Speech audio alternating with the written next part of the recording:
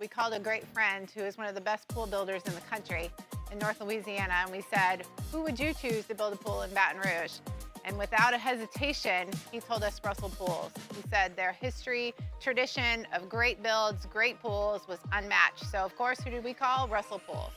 The advice I would give to anyone looking to build a pool is first call Russell Pools. They'll do an incredible job. It'll be incredibly organized. It'll be time efficient, and you will have your pool in no time.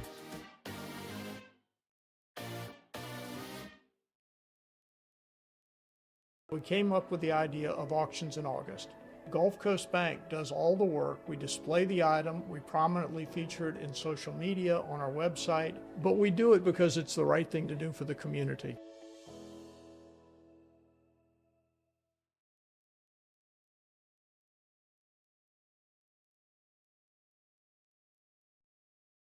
This is SportsCenter. I'm Christine Lisi. Chiefs receiver Rashee Rice expected to have his disciplinary hearing with the NFL on September 30th in New York, clearing a path for him to play the first 4 weeks of the season before any potential discipline is handed down for his role in a multi-car crash last offseason in Dallas. Browns quarterback Shedeur Sanders will be out for a little bit with an oblique strain, and the team wants to be smart regarding his health. According to coach Kevin Stefanski, the injury may keep Sanders at 4th on the depth chart, notes ESPN NFL reporter Dan Graziano. This pushes back his opportunity to keep moving up. They saw some positive signs, obviously, in the game that he started. Started by default because, Dylan Gabriel and Kenny Pickett are hurt. But missed practice time at this point for any rookie quarterback, let alone one that's that far down the depth chart, is going to be damaging to his long-term prospects in terms of being able to start. Sanders not expected to play in Saturday's preseason game. Tyler Huntley, Dylan Gabriel could get the bulk of playing time.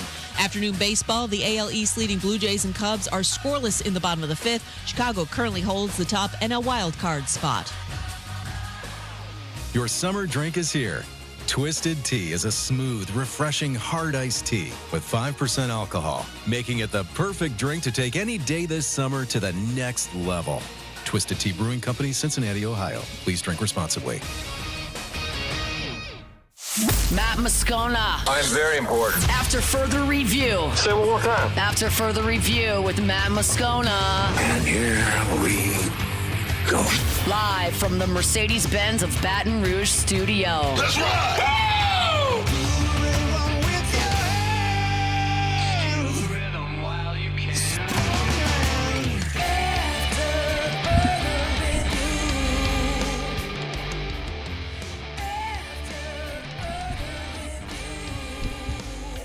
And off we go. Welcome aboard. Glad you're with us. AFR, presented by Decision Critical, Concierge Nursing in Baton Rouge. I'm Matt. This is Shaq O'Neal, and I hate Matt. Paul O'Neal. They're chanting Paul O'Neal's name. Jordan Kitchen. Jordan, 20-footer, head of the key, good! And Mr. Toby Tom Blake.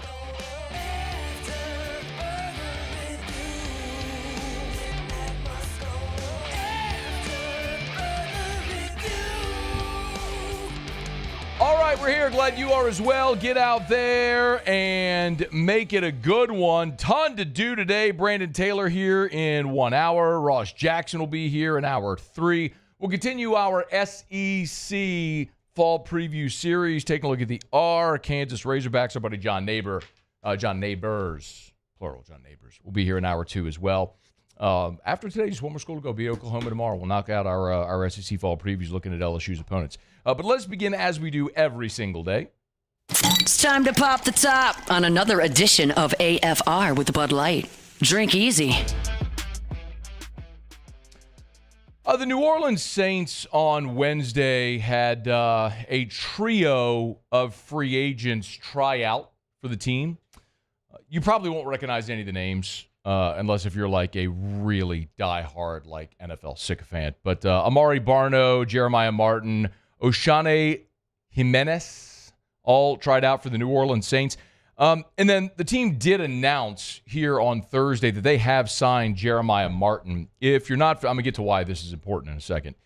Jeremiah Martin played collegiately at Washington and Texas A&M, went undrafted. He's 6'3", 265. He's a defensive end who's bounced around the league a little bit Cleveland, the Giants, the Packers, actually Cleveland twice. He was with the Arlington Renegades and the Birmingham Stallions in the UFL as well in the Spring League. So he's been around a little bit, but what's really of note there is that he's a defensive end. And this is relevant because he is a similar size and plays the same position as Isaiah Foskey. Now, we have talked a good bit here since Sunday about the injuries that the Saints suffered in that game. Obviously, a couple of offensive linemen with Will Clapp, Trevor Penning, and then Bub Means, with Clapp and Means both going to IR, meaning their seasons are over. So naturally, the Saints were going to add an interior offensive lineman. They may still add a more receiver help, but this one's interesting because they didn't suffer any injuries at defensive end. They're looking for someone to take Isaiah Foskey's spot. Now, they're not going to say that publicly, but the former second-round pick played the most defensive snaps of anybody in the game and didn't record a statistic. So when your former second-round pick, who is very much on the chopping block this year as far as making the roster in entering his third year in the NFL, when you play him the entire preseason game, first preseason game, and he doesn't record a statistic, and then 3 days later you're working out dudes at his position, and then you sign one of them, that's a pretty good indicator the writing's on the wall for Isaiah Foskey. And this is really just bizarre. You know, when you look at the Saints' second-round pick history, the recent history has been pretty good. I mean, Tyler Shuck was a second-rounder this year. Last year, they took Kool-Aid in round 2, who they're expecting to be a starter this year. Foskey was 3 seasons ago. Before that, it was Alontae Taylor, who last year was out of position playing boundary corner, but they needed him there. He's more of a nickel or a safety. Pete Werner was a second-round pick. Eric McCoy was a second-round pick. You got starters in round 2, which you should. If you're drafting round 2, you should be drafting starters in round 2. Marcus Williams back in 2017. Michael Thomas, Von Bell were second-rounders. So you've had a lot of success really going back to 2016, drafting in round 2. Foskey is this big, light bulb flashing outlier, a guy that was just a complete whiff. But what's so interesting is actually before that run started with Von Bell, it was really bad for a long time. You can go back to Tracy Porter, who was taken in round. I'm not trying to give you a historical lesson. It's just sort of an interesting fact. I'll get back to the present in a second. But they drafted Tracy Porter out of Indiana in round 2 back in 2008. They didn't have a second rounder in 2009. They drafted Charles Brown out of USC in round 2 in 2010. It was a total bust. Then they went 3 years without a second-round pick. They didn't have a second-round pick in 11, 12, or 13. Then in 14, they took Stanley Jean-Baptiste, who was cut entering his second year. And then in 15, they took Haole Kikaha, which was an absolute abomination. And arguably that 2015 draft is the worst draft in the history of the NFL. And I say all of that because I think one of my big contentions on this team, the thing that I'm looking for, is I want to see if these draft picks, this draft class, where you took 9 players, if this draft class can become the core of what we hope will be the next contending era for the New Orleans Saints. Now, I tie that into 2015 because this is the most players the Saints have drafted since 2015. And that 2015 draft class might be the worst that the Saints have ever had. 2015 and 2020. The 2020 class, they only took 4 players. Cesar Ruiz, Zach Bond, Adam Troutman, Tommy Stevens. That was it. Ruiz has been a starter, but he's probably been one of the worst starting offensive guards in the NFL. We know what happened with Bond. Never found a home here. Goes to Philly. He's NFL Defensive Player of the Year candidate. Troutman never panned out. He's now in Denver. And Tommy Stevens didn't even make the team as a rookie. So that draft class was almost a total wash. 2015, I'll remind you of this exercise in futility. Andrus Peat was your first-round pick. You took Stephon Anthony with your second first-round pick that year. I mentioned Haole Kikaha in round 2, Garrett Grayson in round 3, along with P.J. Williams, Davis Tull, Tyler Davison, Damian Swann, and Marcus Murphy. 9 players, and that was a whole lot of suck.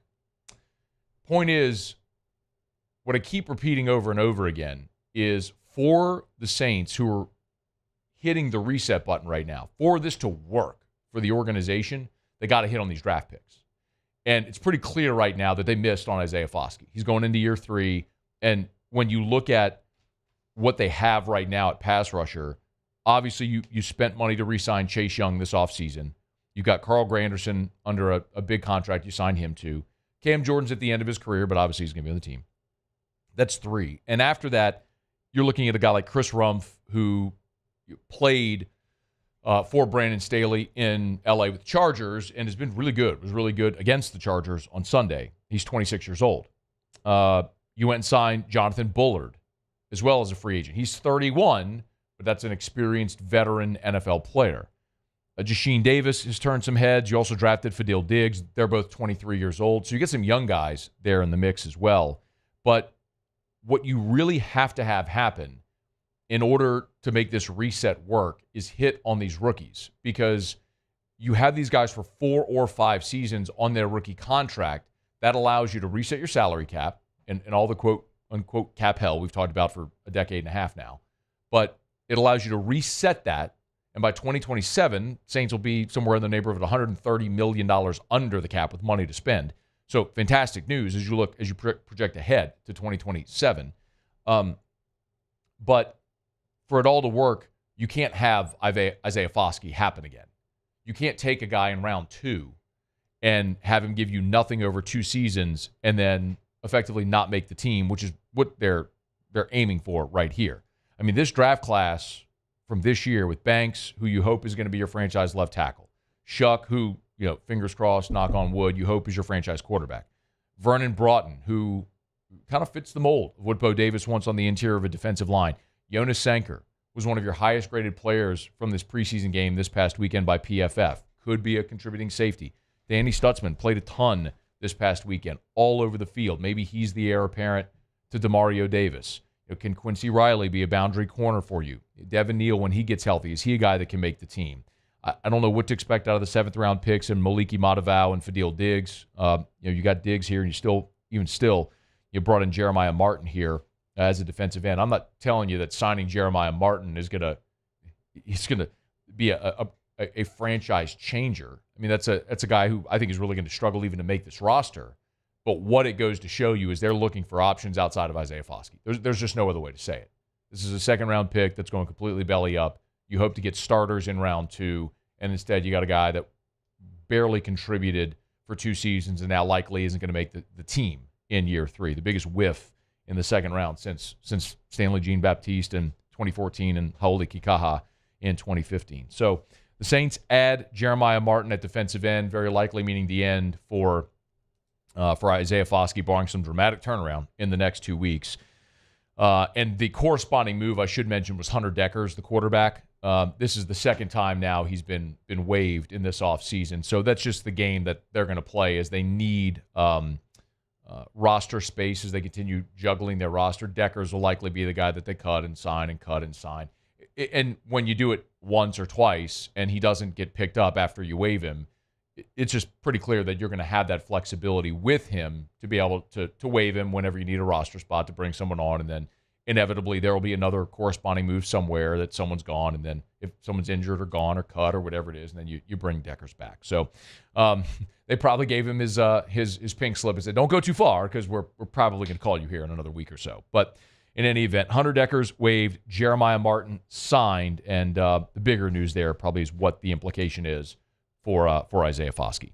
All right, it is After Further Review. Our show open every day is brought to you by Bud Light. Drink easy with the great taste of Bud Light, the official beer of AFR, the official beer of your New Orleans Saints. Saints are at home in the Dome this weekend. If you are going to be in the Dome, make sure you got plenty of ice-cold Bud Light, or if you're watching at your house or wherever you be, drink easy with the great taste of Bud Light, the official beer of the New Orleans Saints, the official beer of the LSU Tigers, Bud Light. All right, y'all, it is After Further Review, cruising along here on a Thursday, presented by Decision Critical Concierge Nursing in Baton Rouge. We'll knock out a quick break, come back. We'll take it up to Clemson, South Carolina. 2 weeks from Saturday, LSU opens up at Clemson, and one of the most veteran players for the Clemson Tigers is battling an injury that actually is requiring crutches, according to some people up at Clemson. Dabo gave an update on that just a bit ago. We'll tell you what he said when we come back on AFR. After further review. Man, I love telling you about River City's 1 Hour Air, where they're always on time or you don't pay a dime.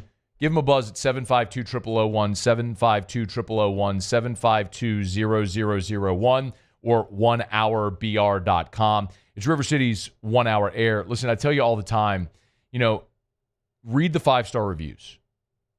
Read their reviews. They've got more than double the amount of 5-star Google reviews of the next closest competitor, and what you'll see over and over again is consistently the outstanding performance from their technicians, like this one from a woman named Chloe, who said, we had Kevin, technician, out to help us. He was so sweet, understanding, explained everything really well. Highly, highly recommend their services. It's another 5-star review for River City's 1 Hour Air. 752-0001, 752-0001, or online at 1hourbr.com. Spell it out, O-N-E, 1hourbr.com for River City's 1 Hour Air, where they're always on time or you don't pay a dime. We typically think of stress as being bad for us. At Our Lady of the Lake and LSU, we are researching how certain types of stress, such as exercise, can be good for our immune health. By studying people under extreme stress, such as athletes, astronauts, service members, and first responders, we're learning how to improve the immune health of everyone. That's the power of research. That's the impact of champions. Together, we roar. At Luba Workers' Comp, our journey began over 30 years ago with a simple belief. Our clients come first. At Luba, our business has always been focused on people, not policies. Through every success and challenge, we've continued to grow because we've stayed true to our values, committed to providing you with genuine dependability. Because your well-being is more than a priority. It's our purpose.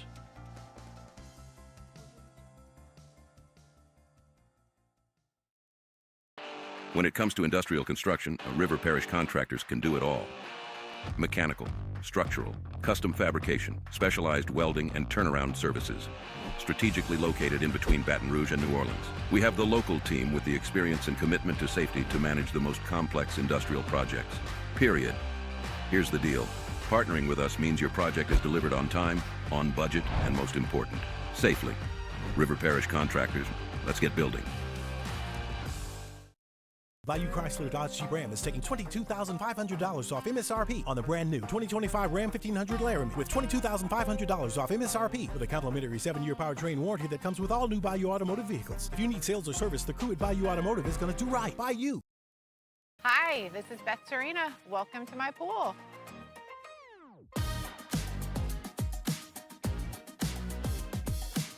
The first time I saw this beautiful pool, it exceeded every expectation that I had. They were able to get everything we wanted in this pool. It is a beautiful pool. We live out here, we eat out here, we watch TV out here. This is like our living room outside. We love this pool and everything about it. When we decided to build our pool, we called a great friend who is one of the best pool builders in the country in North Louisiana, and we said, who would you choose to build a pool in Baton Rouge? And without a hesitation, he told us Russell Pools. He said their history, tradition of great builds, great pools was unmatched. So of course, who did we call? Russell Pools.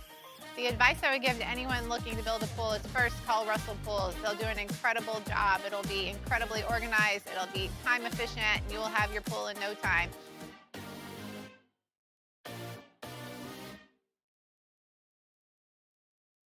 Mornings with Brian Haldane is the only live and local talk show in the capital city. Get the news from the newsmakers, along with traffic and weather updates throughout the morning. The conversation. After further review with Matt Moscona, presented by Decision Critical Concierge Nursing. Healthcare for your lifestyle. Learn more at decisioncriticalvr.com.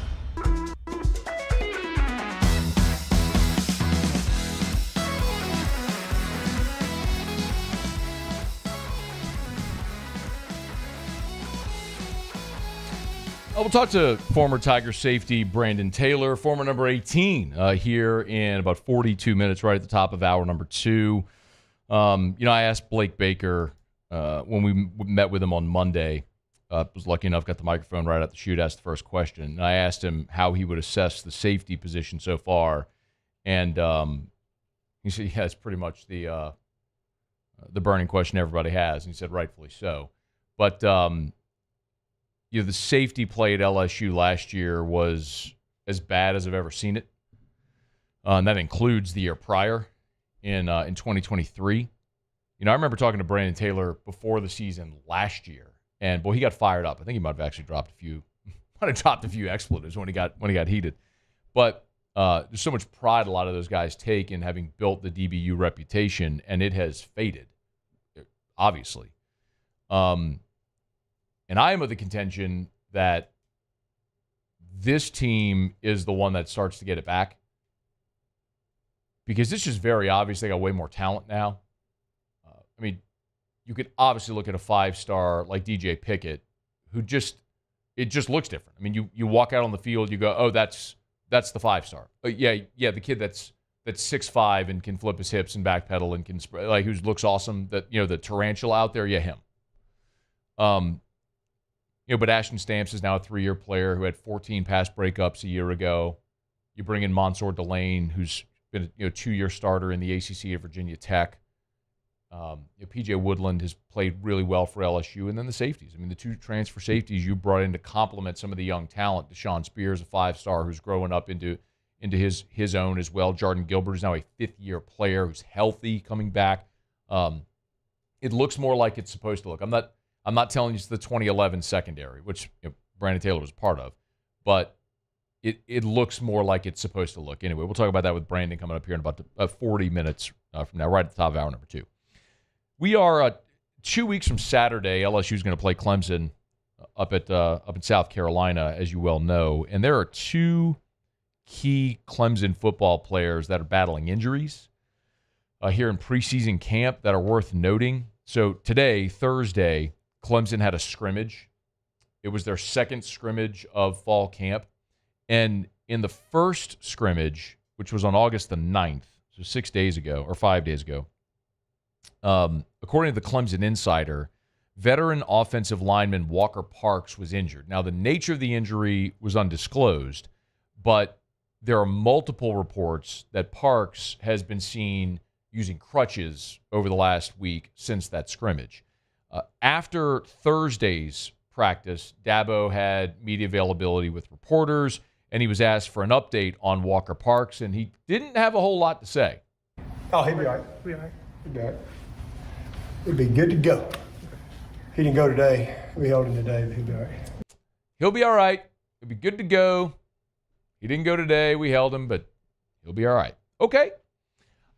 If you're not familiar, so Walker Parks is he was all ACC last year, and he's preseason all ACC this year, and he could become this season just the second 6-year letter winner in Clemson football history. So his history there, Walker Parks, he has played in, this is significant, he's their starting right guard.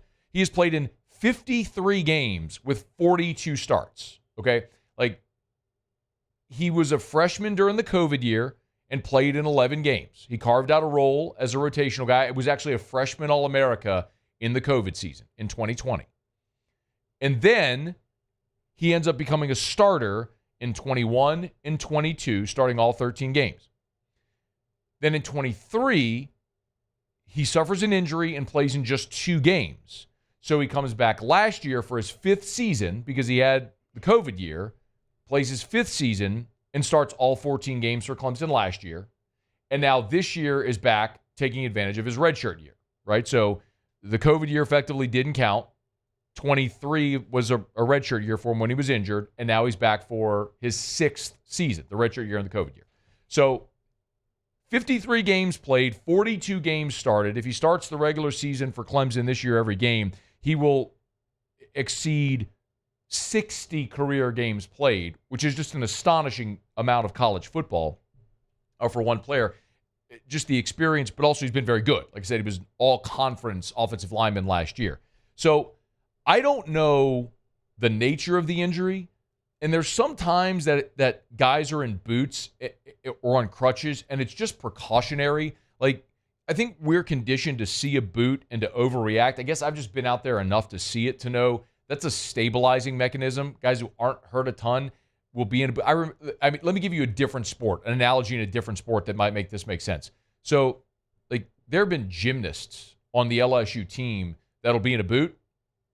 during the week, and then they'll compete on Friday. Well, it's just a stabilization thing during the week so that they can get them ready to go compete. And that's likely what they're going to do with Walker Parks. So when a guy's played in 53 career games, I trust Dabo when he says he's going to be all right and they're going to get him out there. But then again, he's not letting the media see practice, so I don't know. And if you do remove a piece there on the interior, like Walker Parks, it's just a significant drop-off in experience and productivity there. And the other thing that is really impactful is that's the spot this year throughout fall camp that we have primarily seen Bernard Gooden line up against. Now, you've heard me talk about Bernard Gooden. You heard Blake Baker talk about Bernard Gooden the other day as well. And he's a guy that everybody has struggled to block. Pull up Blake Baker, please, for Monday on Bernard Gooden. I want to play that soundbite as well. Because I think it's in it's probably in Alondra's folder for Monday. Josh Thompson has been LSU's first team right guard throughout fall camp. And that's a guy that's an experienced player that was started the last 2 years in the Big Ten at Northwestern, comes to LSU, arrived late in the spring just because of the way that the semesters work at Northwestern. So really just diving into it now. But Josh Thompson's been very good. He just can't block Bernard Gooden. And this was Blake Baker talking about Bernard Gooden on Monday. Bernard Gooden has been a joy in every sense of the word to coach. He is high energy. Y'all probably hear him more than anyone on the field. But in today's game, you even look in the NFL, there's not many, a lot of really, really successful defensive tackles are going to be between 280 and 305 pounds. The thing that he does really well, because he is so twitchy and has such good get-off, his second foot's in the ground before the offensive lineman. So even though he might be giving up 30 pounds, he's able to get leverage and get power, and the offensive lineman doesn't have his second foot in the ground. So, one of the things that we did through the evaluation process, obviously being an undersized guy, is really evaluate him hard against the run, and we really liked what we saw, and we really, really like what we see up to this point. He's done a great job creating havoc and holding point.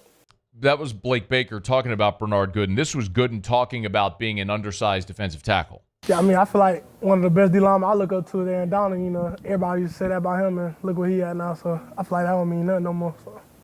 Guy compared himself to Aaron Donald. I'm not saying he's Aaron Donald. I don't think he's saying he's Aaron Donald. But the point being, when you have a guy that is, quote-unquote, undersized playing on the interior, that's the prototype for how you do it. You want to be explosive and powerful on the interior, and that's what he does. By the way, you heard Blake Baker say it as well. His mouth never stops, and you hear him. I think the way Blake Baker says, you guys probably hear him. He never shuts up. I told you this early in camp. There was one day I was watching the one-on-one pass rush drills, and Bernard Gooden was going against, I believe it was DJ Chester. I don't have my notes in front of me right now, and he was just shouting about being held and using every word you can imagine. And at one point, Kyle Williams finally just said, "Man, shut up and play football." His mouth never stops. This was good and talking about trash talking nuts. Just football talk. Some things that we talk about. Just getting at the other guy, trying to get in his head, throw him off his game. Just a couple friendly words. That's what he's doing. I told you this 2 weeks ago. I'm going to repeat it.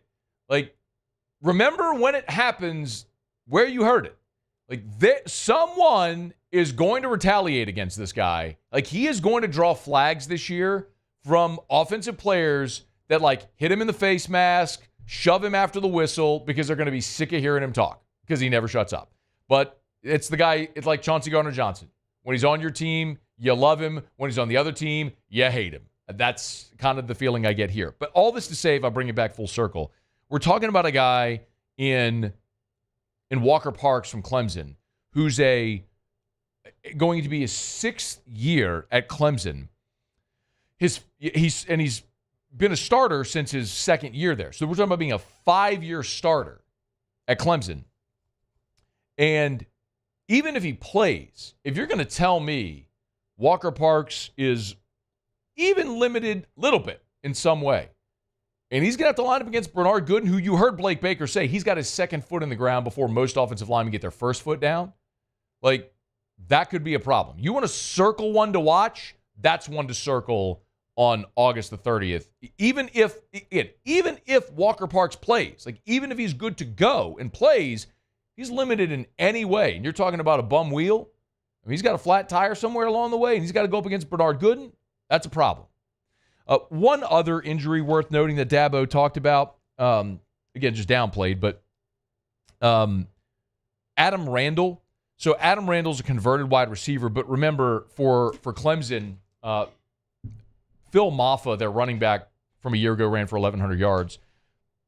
Phil Maffa's gone, so that's really the one really productive guy that they're losing on their team. And so Randall is now converting from receiver to running back and is expected to be the starter. So over his career at Clemson, he's got 48 catches for 533 yards and 2 touchdowns. But this year, they're moving him to running back, and he's expected to be the team's starting running back. Well, he was seen practicing earlier this week in a yellow no-contact jersey. Tiger Illustrated was the first to report that.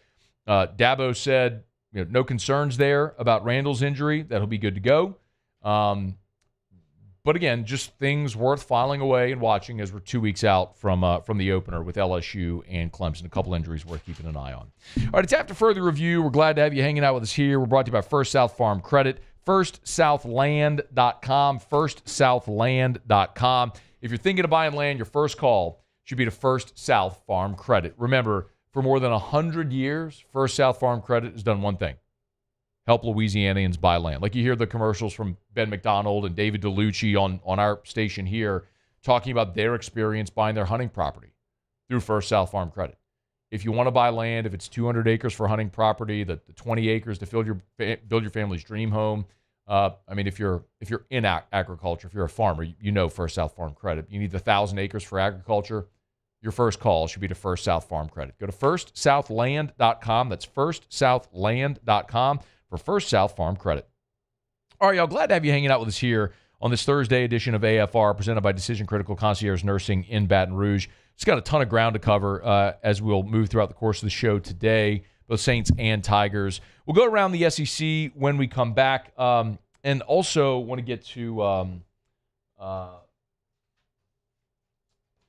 couple other things. We've got preseason rankings coming in, preseason TV ratings for Shedeur Sanders' game of the Cleveland Browns from Friday.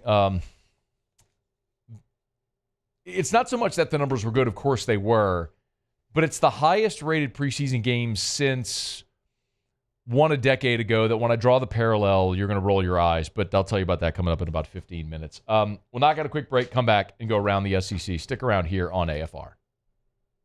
AFR. AFR is brought to you by Glow Resources, GLO, glowresources.com, glowresources.com. They are complete employer solutions.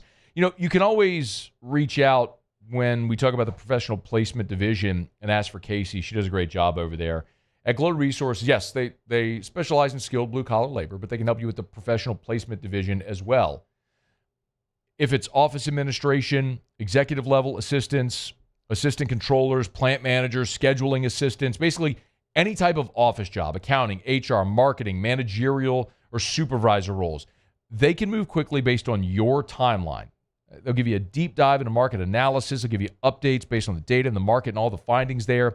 It's at Glow Resources, GLO, glowresources.com. Look, home base is still right here in Baton Rouge.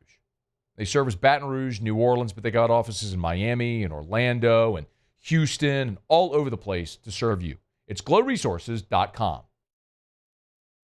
Gulf Coast Bank and Trust is giving our customers the power to bank anywhere, anytime during this challenging event. And we're right there with you. Our mobile banking app is a smart way to manage your money and time.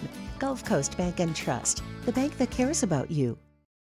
At Bayou Automotive, we believe in a sales process that puts you first. We want you to experience an easy purchase with clear pricing and great service. Let Bayou Ford and Bayou Chrysler Dodge Jeep Ram be your trusted partners in finding your perfect vehicle. The crew at Bayou Automotive is going to do right by you. Today, we are shaping tomorrow. We are researching how extreme stress impacts the immune system, from trauma victims to athletes and even astronauts.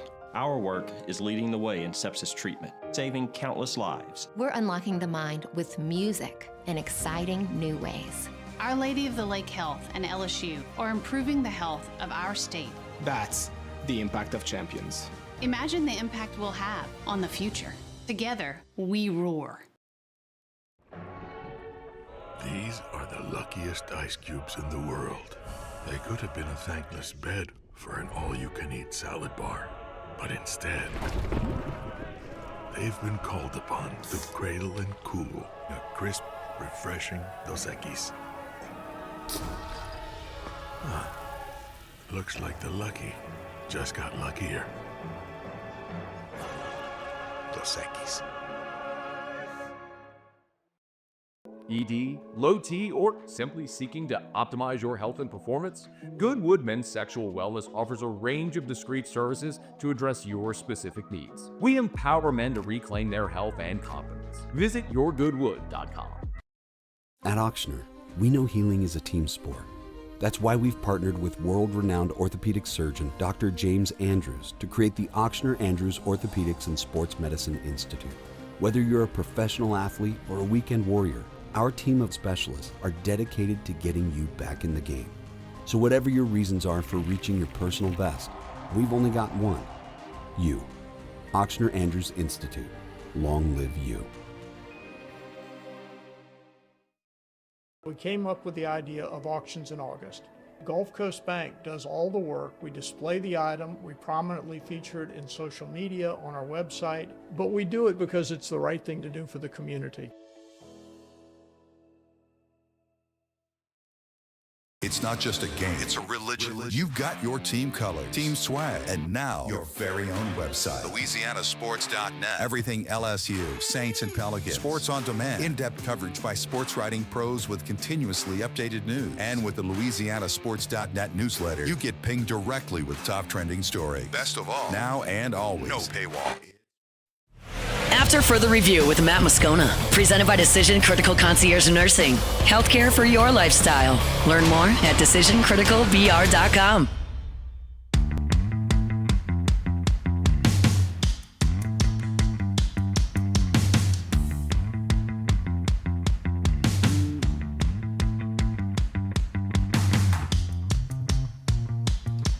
The Associated Press has done... I guess this is interesting, maybe just because it's the Associated Press. And I don't know why they would do it now, but they did. The Associated Press today, I guess this is why. It's the 100th anniversary of the of their organization. So this is 100 years of the AP. That's why they did it. So I was wondering. So earlier today, the Associated Press released their all-time AP All-American team. Let me know if you agree with these or disagree. So the offense, quarterback was Tim Tebow. The receivers are Randy Moss and Larry Fitzgerald, which is interesting because you keep in mind, we're talking about 100 years of college football. So dating back to 1925. So from 1925 to 2025. And they're essentially saying the best two wide receivers that have ever played college football are Randy Moss and Larry Fitzgerald. Hard to argue against. I mean, both were incredible, but both have been since 1997, which is kind of crazy to think in the 100-year that they've been covering. The Associated Press has been covering college football. The tackles, there was Orlando Pace and Bill Fralick. I cannot tell you I know who Bill Fralick is. He played at Pitt in the 80s. Orlando Pace was obviously outstanding, won the Outland at Ohio State, became the first pick of the NFL draft. The guards were John Hanna from Alabama and Jim Parker from Ohio State. Hanna played in 1972. Parker played in 1956. The center, Chuck Bednarik, who played at Penn in the 40s. Now, obviously, there's an award named after Bednarik. But it's interesting because the Chuck Bednarik Award goes to the outstanding defensive player in college football, and they have Chuck Bednarik on here as a center, obviously an era where guys were two-way players. Best tight end in college football history, according to the AP. Brock Bowers from Georgia, just a couple of years ago. You mentioned Tebow as the quarterback. The running backs, they've got Barry Sanders and Herschel Walker. Hard to argue against either of those. Maybe you could throw Bo Jackson in, but who do you take out? Kicker, they got Sebastian Janikowski and the all-purpose player Johnny Rodgers from Nebraska in 1972. First-team defense, their ends, Hugh Green from Pitt, Randy White from Maryland. Tackles, Ndamukong Suh and Bronco Nagurski. Linebackers, Dick Butkus, Derek Thomas, the late Derek Thomas from Alabama. and then Chris Spielman from Ohio State. Cornerbacks, Charles Woodson, Deion Sanders. Safeties, Ronnie Lott, Ed Reed. And then the punter they have is Torrey Taylor, who finished at Iowa in 2023. Much respect to the Iowa punter in 2023 because that's when Iowa still couldn't complete a forward pass or score. Their defense scored more touchdowns than their offense did. So hat tip to Torrey Taylor for earning that distinction. Interesting exercise. I don't know if there was an I was thinking about it earlier. If there was an LSU player who belonged on the list, it's so hard to argue because if you're going to put someone on, then you got to take someone off, right? And honestly, the only player that I could think that probably deserved to be on, I would say would have been Glenn Dorsey, who is the most decorated defensive player in the history of LSU football. But you've got Ndamukong Suh and Bronco Nagurski. I mean, Nagurski has an award name. Like, Dorsey won Nagurski's award. You know what I mean? It's like, do you take Nagurski off when Dorsey won the guy's award? I don't know. And then Ndamukong Suh was so dominant at Nebraska that season in 2009 where he damn near individually won the Big 12 championship game for Nebraska against Texas, of course.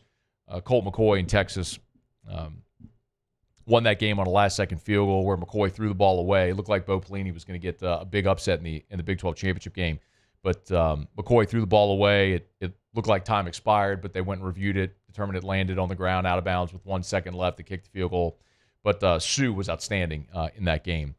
So I don't know. That would be the one. If there's someone I'm missing, let me know who your thoughts are. I mean, you could talk about someone like Tommy Casanova, who's LSU's only 3-time All-American, but you can take Ronnie Lott or Ed Reed off this list for Tommy Casanova.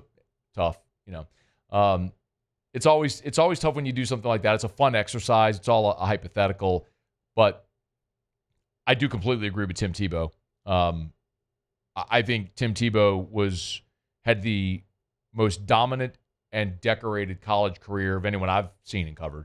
So there have been better individual seasons, but over the course of a career, 4 years at Florida, winning 2 national championships, becoming the SEC's all-time leader in all-purpose yardage, he was incredible. So I have actually no problem whatsoever with Tim Tebow, despite the professional career not being what many thought. I had no problem at all with Tim Tebow being there as the all-time quarterback on that list. Let me know if you got a thought. You can email us, tweet us, text us, 225-396-4400, 396-4400, 396-4400. Love telling you about Supper Club, supperclubbtr.com, supperclubbtr.com. Yo, it's Thursday. If you're knocking off of work and you want to start your weekend early, instead of going home, go to Supper Club. I'm mad I don't have a jacket. It's all right. You got a collared shirt on? You can go to Supper Club. That's a big misconception. People think you have to wear a jacket or sport coat. You don't. You got to have a collar. That's the stated dress code. Now, I love throwing on a jacket. I love dressing up when I go to Supper Club, but you do you. And remember, you want to go have a great dinner, I would always recommend a reservation. But it's always open seating at the bar. And I was telling you last week that they got a bottle of The Last Drop in. It's a special release from Buffalo Trace. If you're a whiskey nerd like me, you've probably heard of this. Just understand that this will probably be the only opportunity you'll ever have, maybe in your life, quite literally, to try this. It's a very rare bottle. It's a blended whiskey, the youngest of which is 27 years old. A lot of people who have there's only 508 bottles in the world. 508 bottles in the world, and Supper Club has one of them. And it's one of those things where a lot of people who get this bottle, they're not going to open it. They're going to store it, save it, kind of as an investment, and try to sell it in 15 or 20 years. Supper Club opened it, and they're selling it by the ounce, so their great guests can enjoy it.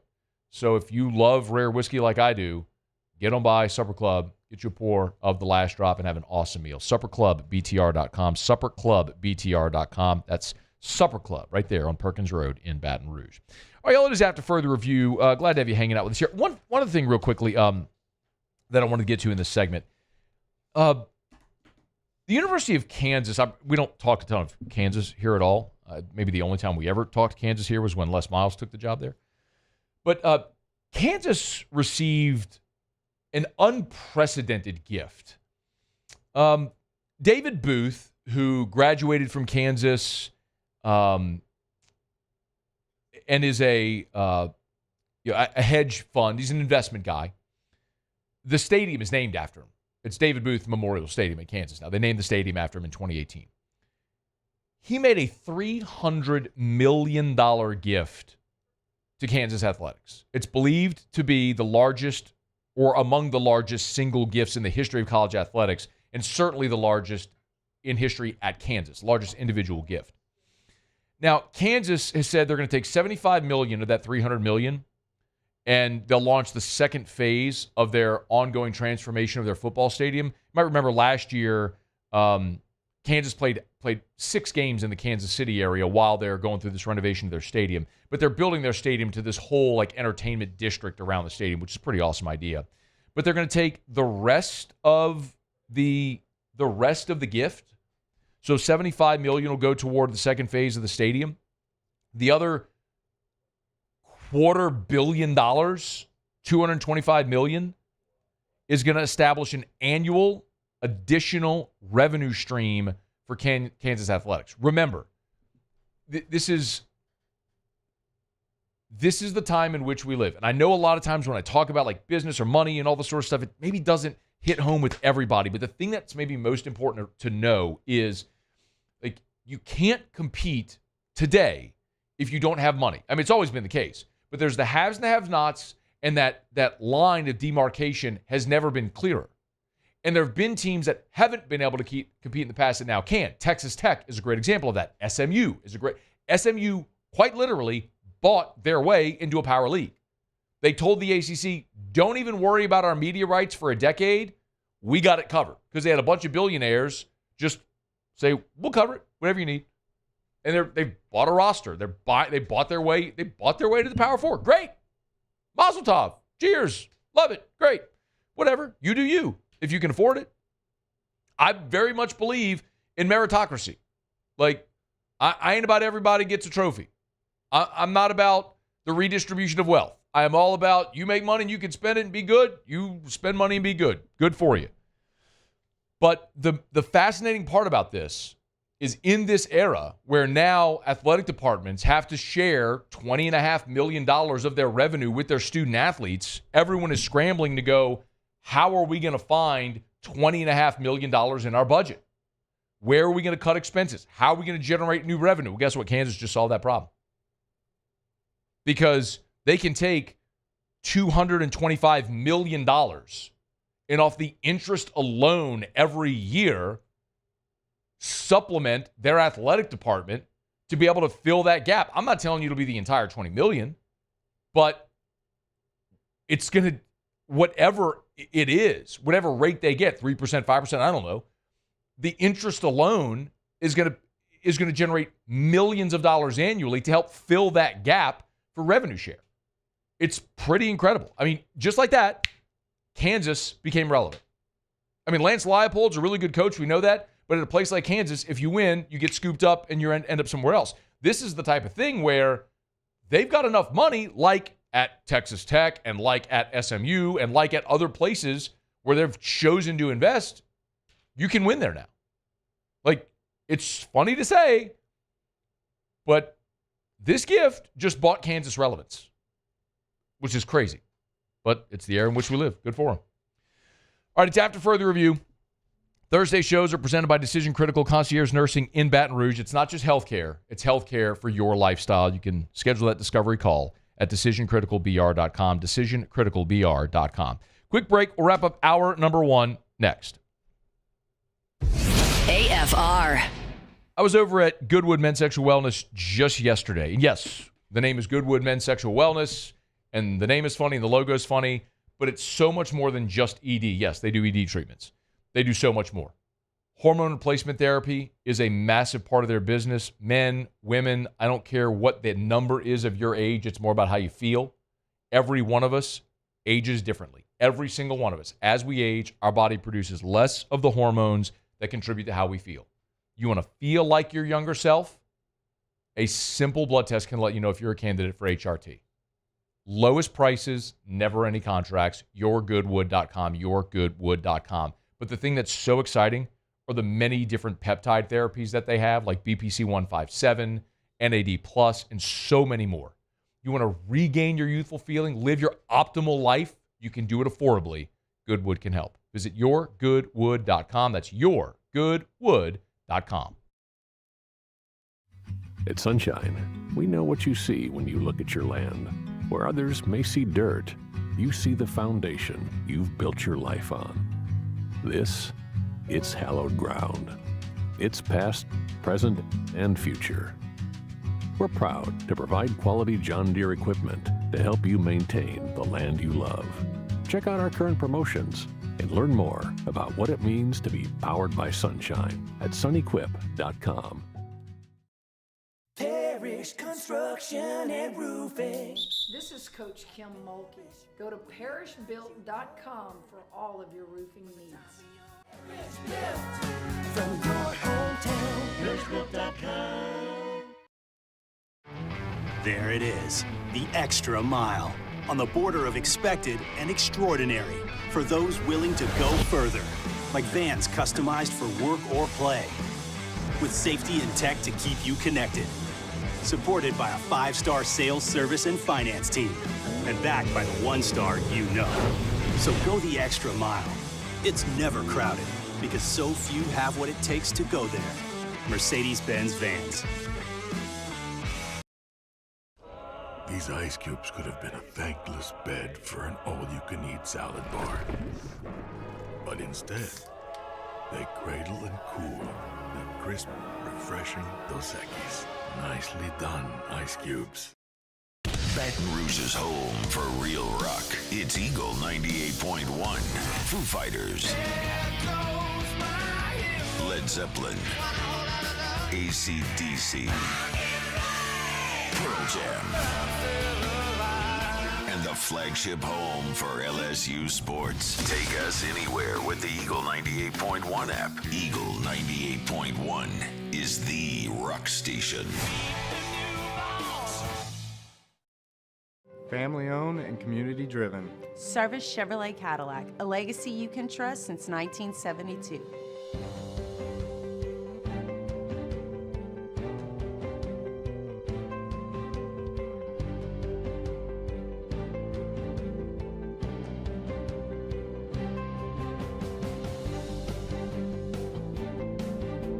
Service Chevrolet Cadillac, our family serving your family.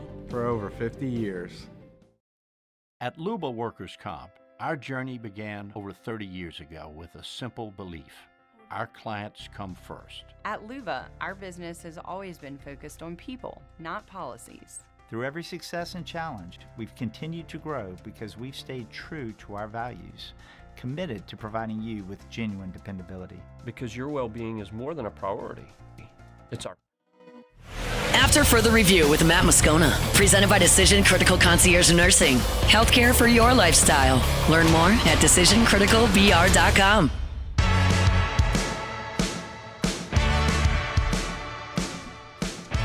All right, wrapping up hour number 1.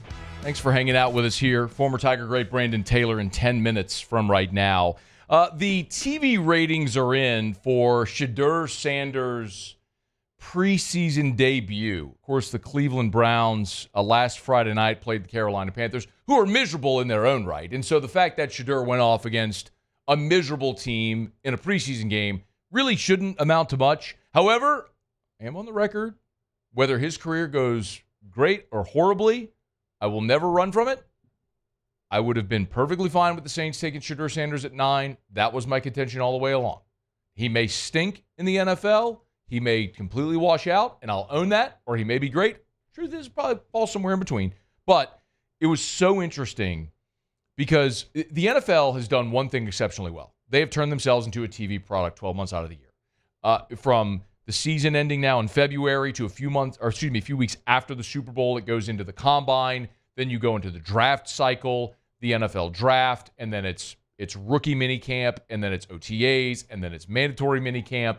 And then you get into, obviously, training camp, and then the preseason, and then the season, and then rinse and repeat. And so the NFL has turned itself into a 12-month TV show.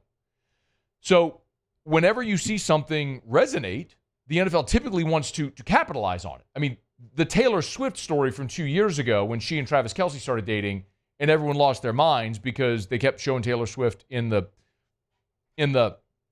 in the press box or whatever, or the suite whenever she arrived, like, it also brought untold new audiences to the NFL. Like, that is an undeniable truth. People came to the NFL because of Taylor Swift, who my wife is my wife gave her best friend this weekend for her birthday a homemade Travis Kelce Kansas City Chiefs hat.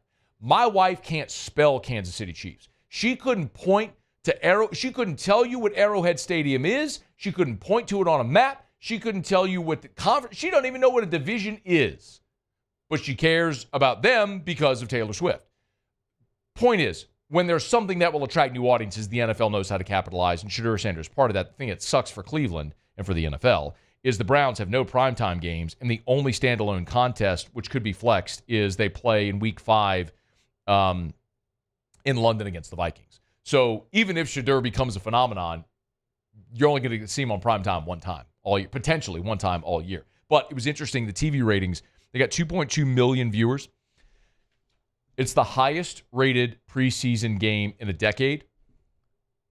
By the way, that last highest rated preseason game a decade ago also included a Browns rookie quarterback. Johnny Football. 1.81 rating, 2.2 million viewers on the NFL Network, August 12th of 2014. Let's hope it goes better for Shedeur than it did for Johnny. Anyway, Shedeur is dealing with an oblique injury. We'll see when he gets back on the field. All right, it's After Further Review. We're glad you're hanging out with us here on this Thursday edition. We always appreciate Decision Critical Concierge Nursing in Baton Rouge, decisioncriticalbr.com. Okay, quick break. Sports Center's coming up. We'll talk to Brandon Taylor right after Sports Center. It's AFR. AFR. School is starting. Make sure you bring your kiddos for their annual eye exam over at the Williamson Eye Center. Give them a shout. Okay, 924-2020, 924-2020, 924-2020, or WilliamsonEye.com. That's WilliamsonEye.com. Remember, like I told you, look, when I was a kid, bad eyes. Me and my brother, my sister all had terrible eyes. God bless. My sister had glasses when she was in kindergarten. My brother had LASIK years ago. Anyway, point is, when I was in 6th grade, I had to get glasses for to be able to read the board. Contacts in the 8th grade. Wore contacts all the way until I had LASIK with Dr. Blake about 7 years ago, and one of the best decisions I could have made. But all that to say, make sure you bring your children for their annual eye exam. Williamson Eye Center has 8 locations all over Greater Baton Rouge, including St. Francisville and Zachary and Baton Rouge and Lutcher and all over the place. It's WilliamsonEye.com. That's WilliamsonEye.com for the Williamson Eye Center. Today, we are shaping tomorrow. We are researching how extreme stress impacts the immune system, from trauma victims to athletes and even astronauts. Our work is leading the way in sepsis treatment, saving countless lives. We're unlocking the mind with music in exciting new ways.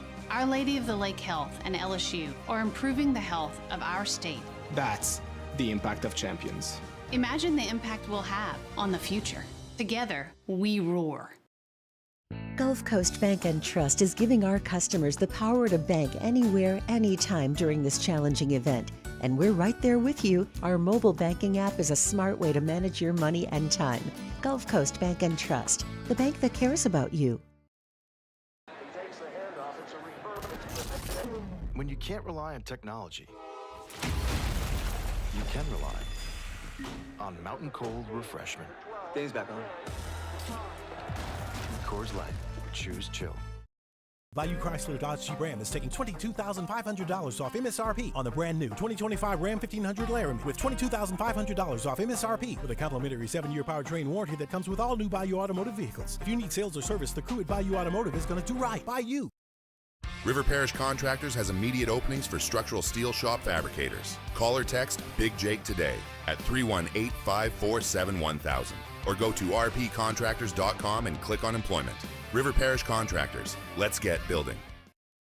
It's not just a game, it's a religion. You've got your team color, team swag, and now your very own website, LouisianaSports.net. Everything LSU, Saints, and Pelicans. Sports on demand. In-depth coverage by sports writing pros with continuously updated news. And with the LouisianaSports.net newsletter, you get pinged directly with top trending stories. Best of all, now and always, no paywall. It's free. LouisianaSports.net, powered by 104.5 ESPN Baton Rouge. Your home for Louisiana sports. At Luba Workers Comp, our journey began over 30 years ago with a simple belief.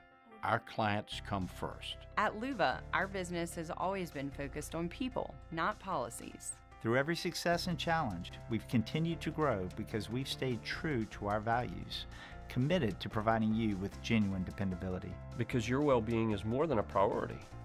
It's our purpose.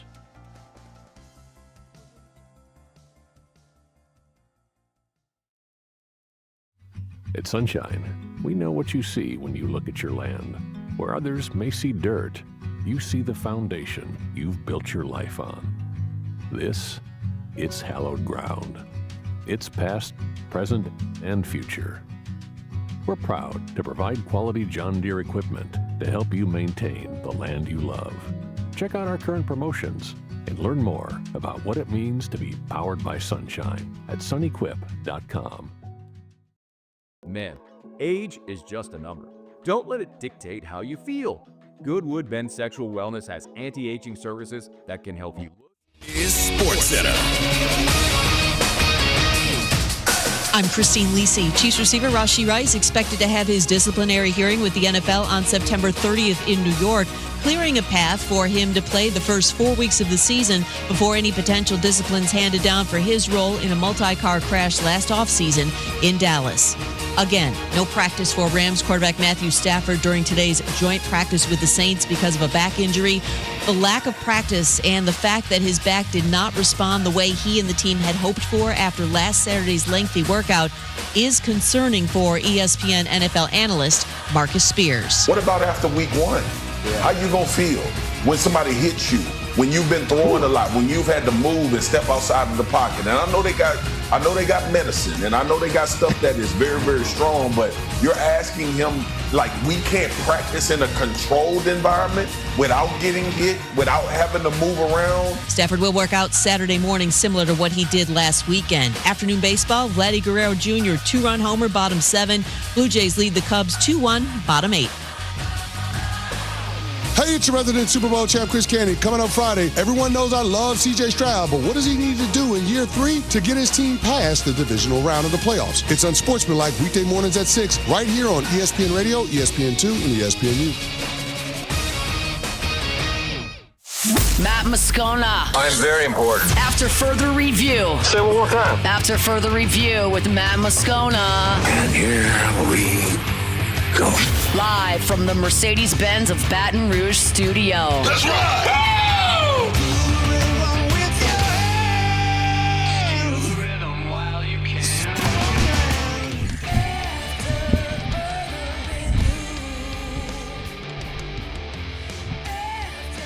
Hour 2, off we go. Welcome aboard. Glad you're with us. AFR, presented by Decision Critical Concierge Nursing in Baton Rouge.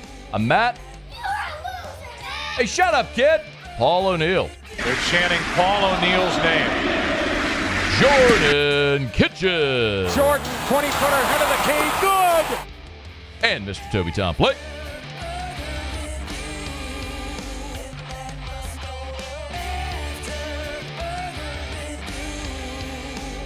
All right, we're here. Glad you are as well. Get out there, make it a good one. We will continue our SEC Fall Preview Series in 30 minutes from right now. Our buddy John Nabors will be here to talk about the Hogs. And then Ross Jackson joins us from L.A., from Carson, man. In hour number 3, Saints-Rams joint practice should be wrapping up right about now, as a matter of fact. Actually, about an hour ago, they should have been wrapping up.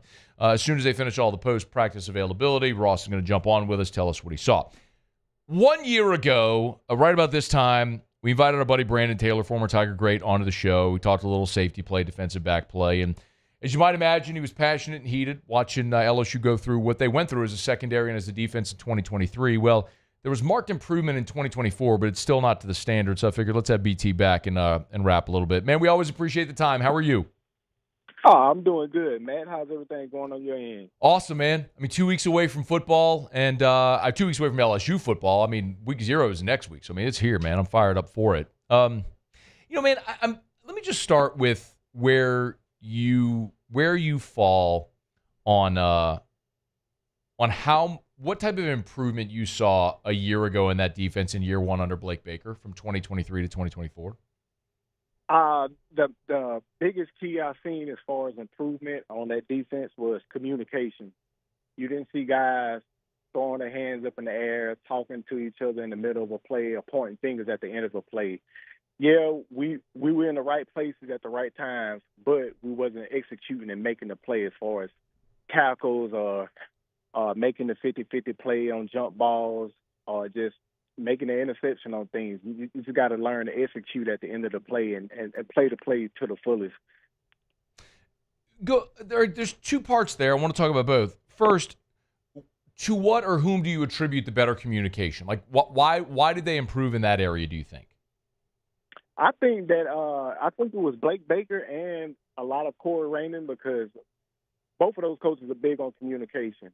And knowing Corey Raymond, he's a technician to the T. Like, he's big on communication, pre-snap reads. If a DB and a safety got combo calls, like being over-exaggerant with your calls and everything. And Blake Baker, he's just a magician as a defensive coordinator. So you mix those two things together, you'll get guys in the right place at the right time. They just got to make the plays when they get there. Brandon, I'll come back to making the plays when they get there in a second. What do you like about Blake Baker? I like it because he brings the energy to him. He brings the energy to the defense. He's not calling anybody out specifically by name or anything or pointing fingers. Everybody's being held accountable on their defense, and he's changing. He knows how to change with the times of the game as far as year in and year out and while the game is going on, and that's what you need in today's football. Former Tiger great Brandon Taylor is hanging out with us. So the other part you said, aside from the communication, was the ability to execute when they got near to make a play. Man, it was not good last year. I mean, the safety spot was a glaring weakness. How much, Brandon, how much of that do you think is effort? How much of that is just like God-given ability? If you could make that make sense for us here. To me, and just being this experience-wise, just being in that situation live in effect and living it and actually doing it at a high level, as far as the communication-wise, I think that's, and knowing where somebody's supposed to be, I think that's 25-75. 25% the coach to teach you, 75% of the player to learn, actually study, and communicate and apply it on the field. But executing the play when you get there, I think that's an 80-20. A coach, like with Coach Miles, he took full control of that. We hit every day in practice to the point where the game was easy when it came to being physical and executing when you got to a point to where you got to that play. But with me, a coach don't have pads on. He got a clipboard and a headset, and all he is a communicator and a director. The person with the pads on, execution-wise, that's 100% you. I put all blame on players, not because I'm just watching the game, because, no, I went out there and done it. Have I made every tackle? No. But I took accountability and went back, watched the film, and made it a point to touch the man with the ball, even when we're not tackling at practice, just to fit him up and touch him, run across the field, just giving effort. Like, that's 100% on the player, and I bow on that hill. He's Brandon Taylor. I'm glad you went to physicality. So we've talked about this a bunch, Brandon. I mean, you played for Les in an era where start practice with big cat drill, and man, he would try to grind y'all into dust when you could do two-a-days and all that sort of stuff. You can't do it anymore, Brandon. I mean, they limit the number of full padded practice. They limit the number of full contact practices that they can have. You can't do two-a-days anymore. I mean, how much does that? I mean, clearly it affects the game, Brandon, but how much and in what ways do you think that affects the product we see on Saturdays? Man, that's a pretty tricky question, because I know some days we was out there hitting it. I wish I could have a unpadded practice and just fit people up. But it kind of it's a tricky situation. Like, you don't want to have too many days where you just fitting up and everything, but you want to have plays, because you want to see what you got. You got to see who's your aggressors on defense and who can who can communicate the play and finish it out. You can have a good communicator. I know a bunch of good communicators that can line the defense up and everything, but they were scared to hit when time came to be. And you got people that can go out there and lay the hat, but they don't know where they're going and where they need to be at. So you got to find that silver lining in that, and that's where that practice comes in, to where you mold that player to where you want them to be at, as far as the communication and mixing the physicality in it. But as far as with those guys, I mean, they should be fresh as hell on Saturday. They should be out there ready to lay some wood. There's no excuse at that point. It's really no excuse. Brandon, what do you make of this year's safety group? I think this year's safety group is, I think they went and got what's going to fit a Blake Baker defense, and as far as a physicality wise of what safety used to be. Bigger body guys that can run, that can move, and that's done it on a high level as far as communicating wise and finishing plays, as far as interceptions, tackles, and everything like that. And you're going to get veteran guys who's learned the playbook before, earned a starting position, done it on the field, and now they got to do it again. This is just a repeat button for them. And I think that them coming into the SEC, they got something that they want to prove. So I want to ask specifically about A.J. Halsey, who we've been out there. Brandon, I don't know how much practice you've been able to see, but is a guy who was not here in the spring, right? I mean, he was a spring addition, so he's just 2 weeks into practicing with LSU, and you go out there and you're like, oh, 13's the new guy from Houston. I mean, you can just tell. Like, he's physical, he knows where to be, he's all over the field making plays. And I would attribute that, Brandon, to the fact that he's played in 36 games with 33 starts. He has played a ton. But if I asked you, like, makes sense for me that experience curve when you physically can do it, but you've played 36 collegiate games. Like, how much better does that? Obviously experience matters, but like, in what ways? How much does that make you better? It's just like a kid just growing up. When that baby fat fall off of them, and you see how energetic and how they move around and everything like that, it's when you got a veteran guy like that that's played a lot of football, there's a limited amount of hesitation in him as far as reacting to plays and everything like that. All he has to do is learn the playbook. The instincts that's fine-tuned. That's sharp as a knife because he's done it. He's been there and he's seen it at a high level and for a substantial amount of games.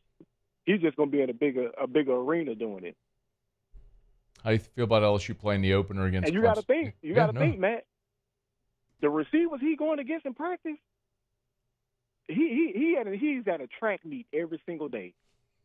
So ain't no the speed is different, this and that. He's seeing the speed right now. He's actually seeing the fastest of the fast in the SEC.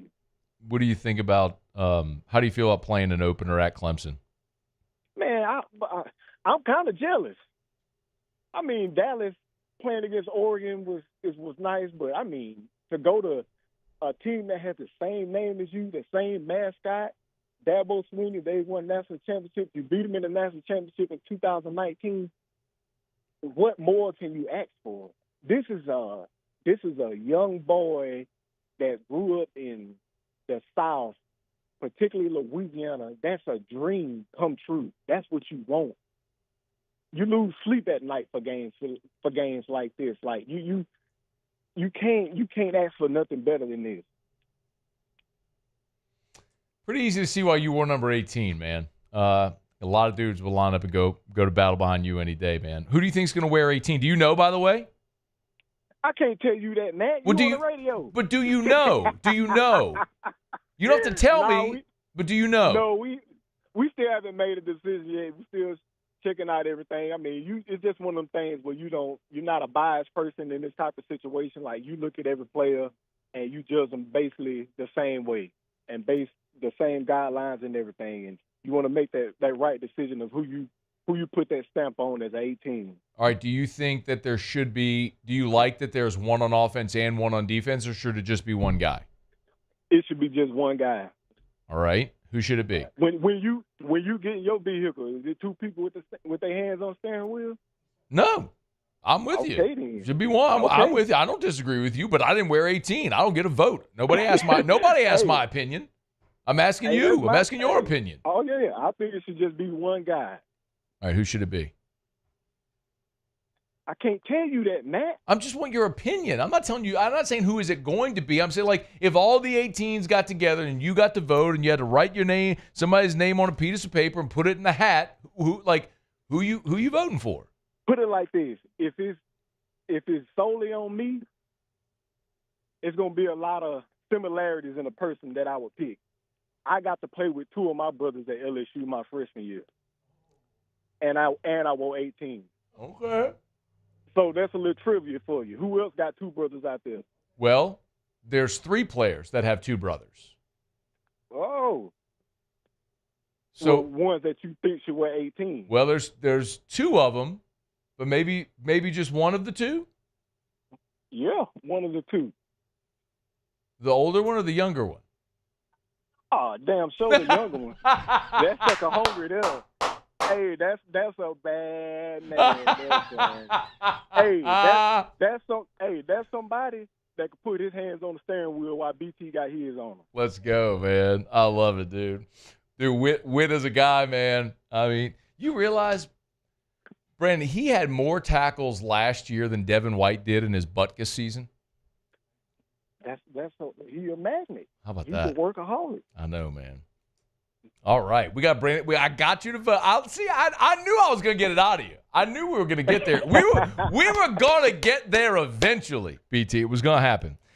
Hey, man, always fun to talk. Appreciate a couple minutes of your time today, man. All the best, all right? All right, Matt, anytime. You have a good one. All right, man. Be well. That's Brandon Taylor, former number 18. I mean, dude was a strong safety on greatest defense I ever saw, 2011. And Mike Detillier used to always call him the chirper. He was the guy that would talk. He was the traffic cop. He was the guy keeping that defense, everybody in line. Man, they were awesome. We're brought to you by Lee Michaels Fine Jewelry, LMFJ.com. LMFJ.com for Lee Michaels Fine Jewelry. You know, a lot of people, maybe you get toward a milestone anniversary. What about trading in your old diamond ring for an upgrade? Look, a lot of us, let's be honest, man, we get married, maybe we're in our 20s, whatever the case may be, a little bit on a budget. And, you get to your 20-year anniversary, you're in your 40s, your 50s, whatever the case may be. You've gotten along in your career a little better place financially. Maybe you trade in that old diamond and upgrade. You do that over at Lee Michaels Fine Jewelry. LMFJ.com, LMFJ.com. 9 locations in all. Baton Rouge, New Orleans, Lafayette, Shreveport, and online at LMFJ.com for Lee Michaels Fine Jewelry. All right, y'all. Glad you're hanging out with us here. 15 minutes. We'll head up to Arkansas. Talk to our buddy John Nabors, covers the Hogs. Man, I talked to John at Media Days, and I have never been doing this a long time, y'all. I've never heard John that down about this Arkansas team. But we got 2 more teams to go. Arkansas today, Oklahoma tomorrow. We'll wrap up our fall preview series of LSU's 8 SEC opponents. So we'll chat with John here in about 15 minutes. Well, now I got a quick break. Continue on AFR. AFR. Clegg's Nursery with 4 locations in the greater Baton Rouge area. Look at the calendar, y'all. It is August the 14th. We are creeping close to mid-August. It's fall. It is time to plant those fall vegetable gardens. Have you ever had like farm-to-table or garden-to-table produce? It is incredible when you eat something that fresh. Actually, shout out to my buddy Schwartz, Michael Schwarzenberg. Even when we were in college, dude had a vegetable garden in his backyard. When we were in college, dude, we'd go over there. I mean, he would grill up those vegetables right from his garden. Incredible. Great fun activity to do with your family as well. Get the kids involved. You can watch them grow. Healthy. Get you some exercise. Get your hands in the dirt. Clegg's Nursery. They got Johnny Naylor seeds. They got your vegetable plants, all your fall bedding plants. Great time to get by and see our friends at Clegg's Nursery. Any of the 4 locations. So buy local, shop local. Been doing it for 60 years. So be sure to tell them that Matt sent you in to Clegg's Nursery. These are the luckiest ice cubes in the world. They could have been a thankless bed for an all-you-can-eat salad bar. But instead, they've been called upon to cradle and cool a crisp, refreshing Dos Equis. Looks like the lucky just got luckier. Dos Equis. Parish Construction and Roofing. This is Coach Kim Mulkey. Go to parishbuilt.com for all of your roofing needs. From your hometown, parishbuilt.com.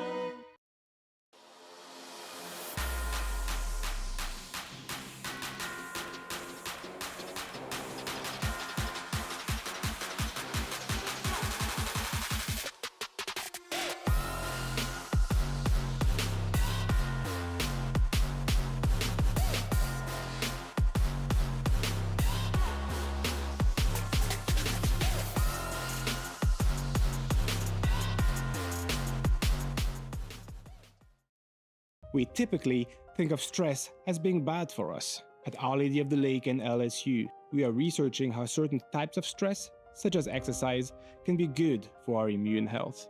By studying people under extreme stress, such as athletes, astronauts, service members, and first responders, we're learning how to improve the immune health of everyone. That's the power of research. That's the impact of champions. Together, we roar. Hi, this is Beth Torina. Welcome to my pool.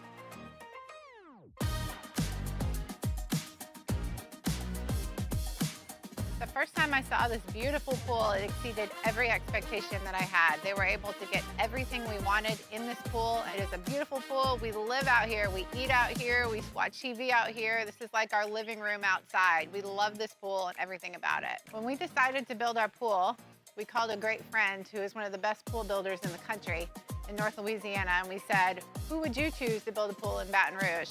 And without a hesitation, he told us Russell Pools. He said their history, tradition of great builds, great pools was unmatched. So of course, who did we call? Russell Pools. The advice I would give to anyone looking to build a pool is first call Russell Pools. They'll do an incredible job. It'll be incredibly organized, it'll be time efficient, and you will have your pool in no time.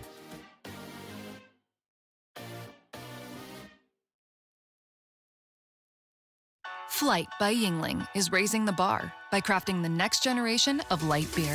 With only 2.6 carbs and 95 calories, this is premium refreshment.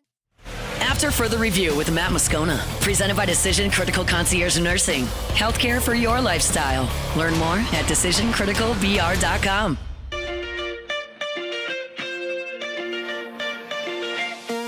Test yourself, test your rules. You're going to go against the best of the best in a controlled environment. So there's a little bit of, player safety added to this. And so, it'll be a lot of reps. It'll basically be a full game for our ones tomorrow. And so that'll allow them. And then we got 2 days before Jacksonville, and so we can assess that at that point. That's Kellen Moore when he was meeting with reporters about today. Today's joint practice with the Saints and the Rams, which is wrapped up. About 1 hour from right now, Ross Jackson is going to join us. Ross, of course, has been out there in L.A. with the Saints for as long as they've been out there. He was at the joint practices today. He'll give us a full recap of everything. But Kellen Moore went into a little bit more detail about how he feels these joint practices can help the team. Just how your system's in place. What are your rules as far as, what the protection plan is, what the route combination is, what's your checks or your audibles based off a particular look, and, they'll challenge us. They'll challenge us. They got some of the best players in the world on their team as well, and so you'll come out of this with a couple mistakes, a couple things schematically that you can do better.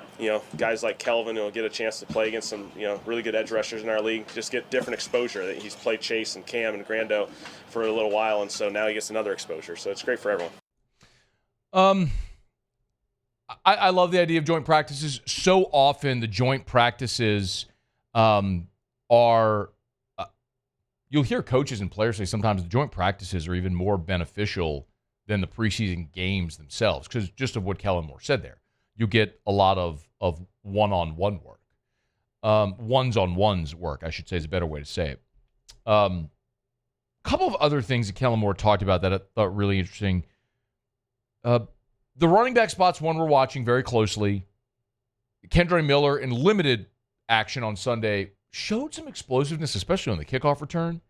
The disappointing part is we're not getting to see Devin Neal, the rookie out of Kansas, the 6th-round draft pick, who leading rusher in Kansas history. And I think everybody's been really high on, but the unfortunate soft tissue injury that's going to keep him out for a little bit here. Kellen Moore gave an update on Devin Neal. It happens. Obviously, the medical part of this is really important. We can't have setbacks, and so we got to do the recovery process the right way. I think he's on an excellent plan. He's building the right way. We like where he's heading. So far on the field, he's done an excellent job, and so we'll just see how it takes course. The guy who maybe is going to be the beneficiary the most so far has been Clyde Edwards-Helaire, and in large part because of Clyde's willingness and ability to block. And that might be what ultimately allows him to make this team, where you've got 2 veterans there with Clyde and Cam Akers. We all know that Kamara will make this team. It seems very increasingly likely, provided he's healthy, that Kendre Miller is going to make the team. The question is, are you going to keep 3 or 4? And if that third back is a veteran, is it Cam Akers, is it Clyde? Well, I think we're all selfishly very, very much pulling for Clyde Edwards-Helaire, the local guy, the LSU guy. Here was Kellen Moore when he was asked why Clyde has started to get more reps. Yeah, that's a big part of this running back group is all of them can run the football. They've all checked that box. They're all pretty good runners. They all, fortunate for us, all of them have the ability to catch the football. The protection thing's really, really hard for these running backs. These linebackers blitz really, really well in this league. Our group, certainly led by DeMario, is the best in the business at that, and so it's really challenging for these guys. They got to have really good eyes. They have to understand what the O-line's protection responsibilities are. It's a challenge, and so Clyde definitely has taken some steps. He did an awesome job on Sunday against the Chargers. He had some excellent on the touchdown throw. He goes up there and steps up and blocks the linebacker. It's big-time football by him. One thing for me to say it, it's another when the head coach of the team says it. And listen, I have watched Clyde play since he was 14 years old. This isn't it's not a back pat or anything like that. I happen to be calling the Catholic High games when he played there. And Clyde was the first ever freshman ever to play varsity at Catholic High. And the first touch of his high school career, they were playing Parkview Baptist at Parkview. I'm sorry, it was at Olympia Stadium. And he returned a punt for a touchdown on his first touch of his high school career. He's always, you heard Kellen Moore say it. Like, all of the guys can run. If you're at this level of football, all of the guys know what to do with the balls in their hand. They can all run. Like, Clyde has that. We saw it in high school. We saw it at LSU. It's why he's a first-round pick. We've seen it in the NFL. The guy's won a Super Bowl. He's hung around the league now for a while. Like, it's undeniable. But the thing about Clyde that's always been a differentiator, that if you go ask, so Gabe Fertitta, who was the offensive coordinator, then the head coach at Catholic, who went to Louisville and Florida State, and now is the offensive coordinator at Nichols. If I had Gabe sitting right here next to me, and I know Gabe well and he's awesome, and I asked Gabe about Clyde and the differentiator, he'd tell you his lower body strength, and we've seen that throughout his running style. His ability to, despite the fact that he's a smaller guy, it's his lower body. He can move a pile, despite the fact that he's a smaller guy. High and tight, ball security, blocking ability. Like, those things define Clyde, I think, as a player. He runs stronger than you think. He never fumbles, and he can block. Because the other part of it is what Kellen Moore said. At this level, all the guys can run. They're all fast and athletic and twitchy and move, and like, you're an NFL running back. Of course you can. Like, are we really differentiating between 4, 5, 6 and 4, 4, 9? Okay, whatever. If Clyde makes his team, it's going to be because of that. And Kellen Moore, by the way, this may not mean anything to you, but like, when I look at the audio sheet of Kellen Moore's answers to questions, 14 seconds, 16 seconds, 10 seconds, 15 seconds, 17 seconds, there's one that's 36 seconds. It's the answer about Clyde. When a coach who never says anything finally says something, take note, because it matters. Like, at this point, I would give Clyde a significant advantage to make the team because of that. Especially with a rookie or second-year quarterback. You got a back that can help protect that dude where bullets are flying fast? Yeah. At this point, I'd be surprised if Clyde did make the team. All right, y'all. Of course, we're all pulling for him. We're brought to you by Parish Construction and Roofing, parishbuilt.com, parishbuilt.com. Tell you every day do business with someone you know. That's me and Terrio and Richard Tilley and Joe Morales and Trent Davis and our whole crew over at Parish Construction and Roofing. It doesn't matter if it's commercial or residential. You need a soft wash. You need gutters. We can do all of it at your home or your commercial building. And we have roofing systems for any type of building. I think about every time I pass Industrialplex in Baton Rouge, all those metal warehouses. You know, like if you work in those, own those, you know how hot it gets in those metal warehouses with the metal roofs. We have systems that we can install, affordable, by the way, affordable systems that can dramatically reduce the temperature in those warehouses. Talk to Matt Pearson, our commercial roofing manager, knows more about roofing than anybody I've ever met in the history of my life. But we got all the knowledge to know how the systems, the processes, the people. It's Parish Construction and Roofing. We'll treat you great. Parishbuilt.com, parishbuilt.com. Do business with someone you know, Parish Construction and Roofing. Okay, y'all. Let me knock out a break. We'll continue our SEC fall previews when we come back. Nobody's expecting much of anything from the Arkansas Razorbacks, but Taylon Green's a really good player. They got some veterans on that team, but it is a brutal schedule. So, how's it going to shake for Sam Pittman? We'll ask John Nabors next. After further review. Remember the Watermark downtown Baton Rouge, voted by you the best hotel in the best of 225. I mean, it's my opinion, but it's also a fact. It is, the Watermark is the premier hotel in Baton Rouge. And you might say, but Matt, I live in Baton Rouge. Why would I go stay at a hotel? Well, sometimes there's an event in downtown Baton Rouge. And instead of driving home after the event's at the River Center, why not stay at the Watermark, walk to the event, enjoy downtown, walk back to your hotel, have dinner there at the Gregory, enjoy the lobby bar, wake up on Sunday morning, have Sunday brunch there at the Gregory inside Watermark Baton Rouge. Or maybe you're thinking about football Saturdays. Hang out in downtown Baton Rouge, casual ride on into town, right up Nicholson, and then right back to the Watermark to stay. It's Watermark Baton Rouge. Baton Rouge's premier hotel property, celebrating a century this fall. It's Watermark Baton Rouge. Check them out today, Watermark Baton Rouge.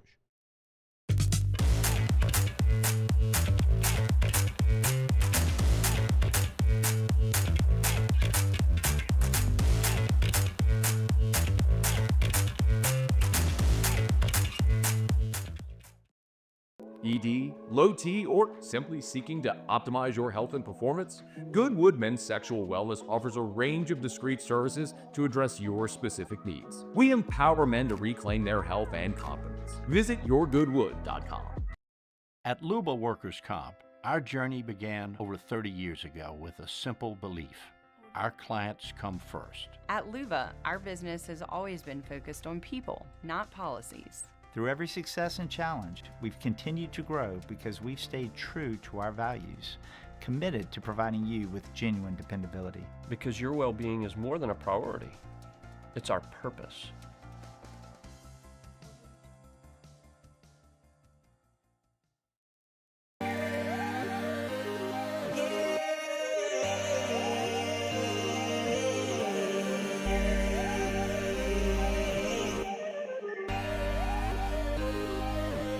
You gotta believe in a dream. Believe. You gotta believe in a dream. Believe. You gotta believe. My whole team on wild. Today, we are shaping tomorrow. We are researching how extreme stress impacts the immune system, from trauma victims to athletes and even astronauts. Our work is leading the way in sepsis treatment, saving countless lives. We're unlocking the mind with music in exciting new ways. Our Lady of the Lake Health and LSU are improving the health of our state. That's the impact of champions. Imagine the impact we'll have on the future. Together, we roar. These are the luckiest ice cubes in the world. They could have been a thankless bed for an all-you-can-eat salad bar. But instead, they've been called upon to cradle and cool a crisp, refreshing Dos Equis. Looks like the lucky just got luckier. Dos Equis. Businesses like yours are the soul of our community. You deserve someone who'll deliver the internet services you deserve. That's why local businesses rely on Rev Business, 90 years of building connections. Visit us at letsrev.biz. We came up with the idea of auctions in August. Gulf Coast Bank does all the work. We display the item. We prominently feature it in social media, on our website. After Further Review with Matt Moscona, presented by Decision Critical Concierge Nursing. Healthcare for your lifestyle. Learn more at decisioncriticalbr.com.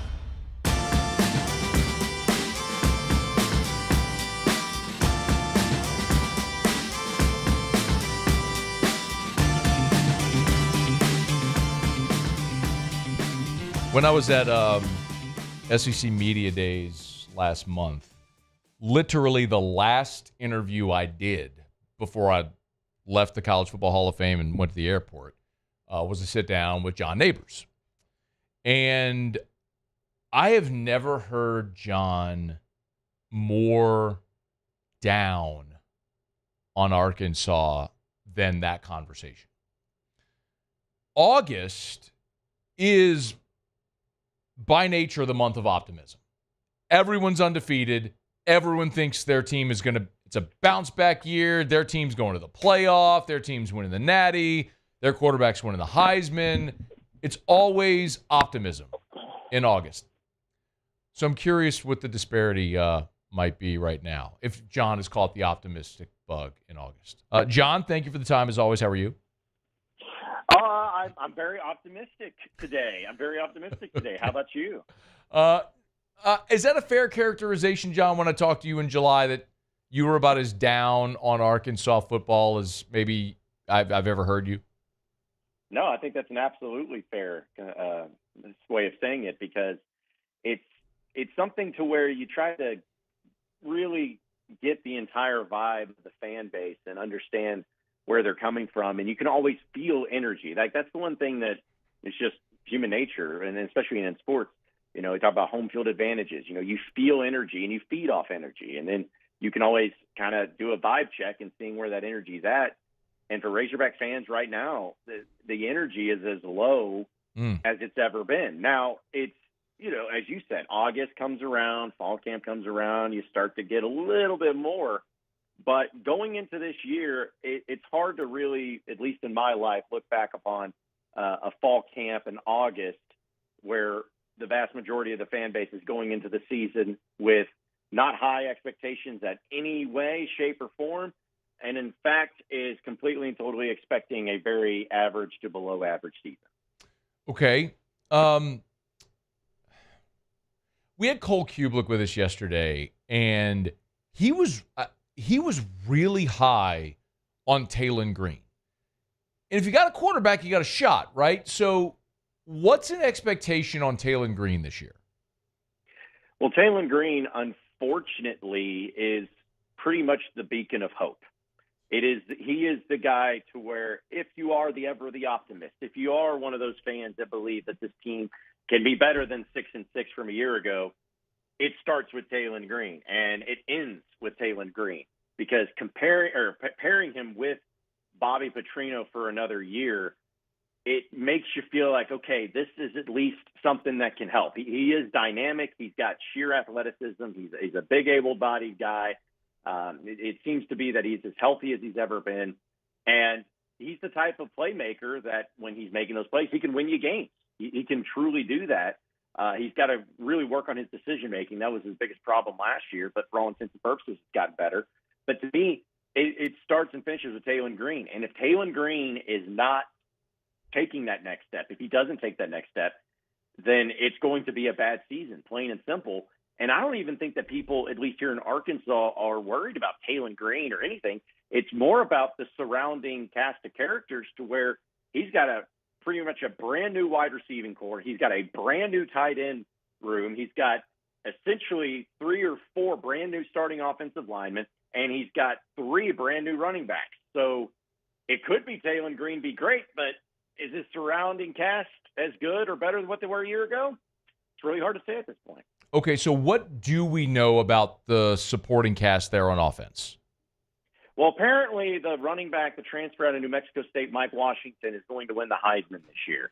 Because I have never heard a player like him get mentioned by every coach in press conferences than this guy. I mean, listen, he's apparently doing really well. He's 6'2", 228. He's doing all the right things. He's fast. He's able to respond to the offense. He has been the talk of the town when it comes to a player that I saw him come from New Mexico State, and I'm like, all right, fine, but he's gotten a lot of love. So it's looking solid there, and they also have Braylon Russell, who was a true freshman last year, had some issues with injury as well as some hopping into the portal, out of the portal, into the portal again. But he's got a lot of upside. He was a former four-star, and people are kind of hoping he takes the next step. So you feel fine there. And then at the wide receiver position, which is crucial, Omega Blake was the big transfer Arkansas got out of Charlotte. He was arguably the best player that they got out of the transfer portal.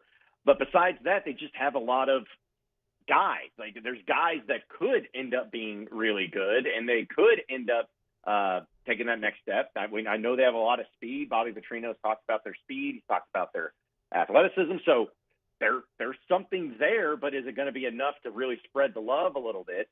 And the offensive line, I think they actually improved upon. We'll see once it actually gets out there on the field. But for all intents and purposes, it looks like and sounds like and looks like it's going to be much better. So it all starts up front there. But there's just a lot of unknown and a lot of uncertainty with Taylon Green's cast. And it could end up being really good, but it could end up being just as average as it was last year. Time will tell. John, all right, so Taylon Green is a big old 6'5" athletic dude. You got some transfers at the skill positions. You mentioned a veteran offensive line. Like, where is the pessimism coming from?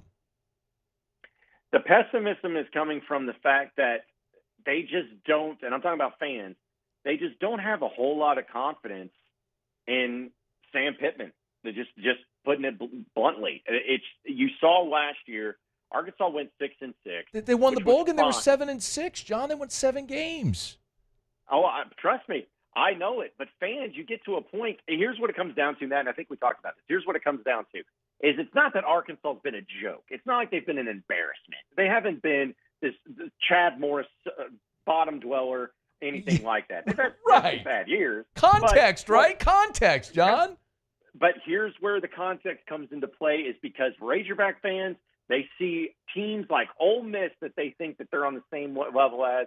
They see Missouri. They see these others. They're like, hey, how come they are able to be better than us consistently? How come they are able to have better NIL? How come they're able to get better talent? How come they're able to do all these things? And we're stuck over here just going 6-6 and just being happy with it. I think it's just an encompassing of the product around you. It'd be one thing if LSU, Bama, Georgia, Texas, hey, if they were still winning at a high level, like Arkansas is not going to compare themselves to them. But when they see the programs that they feel that they should be just as good, if not better than, constantly having so much higher level of success, it wears on them. And they're like, so what's it going to take for us to get to that point? It just doesn't feel like Sam Pittman and the administration, more importantly here at Arkansas, has really bought into going all in on making the football program as great as it can be. Okay. He's on Twitter at John Nabors Show, at John Nabors Show. Give him a follow. All right. You want to give me a 10,000-foot view on the defense? Are they going to be okay? What do we think? Buddy, I'm going to be honest with you. I was always a little bit mysterious about the defense, too, last time we chatted at SEC Media Day. So far this fall camp, I think it's going to be bad, dude. I'm just going to be honest. I think it's going to be bad. They don't have a pass rush. Justice Boone, the transfer they got out of Florida, he's been the guy that they're really hoping can be that next step, because they got to replace Landon Jackson, a guy I know you and LSU are familiar with, but they got to find some replacement for him. And Justice Boone might be that guy. Cam Ball, who's at Media Days, great personality, one of the rare 5-year Razorbacks. You don't see those very often, but you got him. But that's it. That's it. Quincy Rhodes could be okay, but they just don't have a pass rush. They have some decent linebackers, and from what it sounds like in these practices and from the coaches, the secondary has been all over the place. It's been they have athletes and they have size, but they have not communicated well. They have not been able to run the defense very well. And it's just not feeling good. Just for my people that have been in the program, they say that the defense is a very, very worrisome thing. And it could end up being to where Arkansas is just going to have to get into shootouts with teams if they want to be ordered to win, which is not a very sustainable recipe. But I'm very concerned about the defense, Matt. I think that they have some players, even in the linebacking room too. But if you don't have a pass rush, it doesn't matter. It does not matter at all. And unless they get that addressed, which I don't know if they can, it could be another long year for the Arkansas Razorback defense. All right, John. If there's one reason why I would understand the pessimism, I'd look at the schedule. It's at Ole Miss. For some reason, Arkansas is playing at Memphis.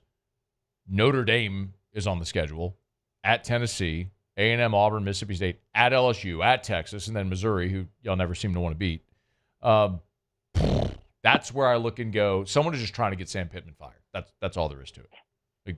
Dude, I wish I could understand. And listen, I know the SEC schedule is the SEC schedule. We don't really have much of a say in it. But whoever decided to say, hey, let's go play Memphis at Memphis, and thought that was a brilliant idea. I don't know. I think Sam Pittman just has an obsession with the Liberty Bowl because that's where they're going to end up playing again against Memphis as they played in it last year.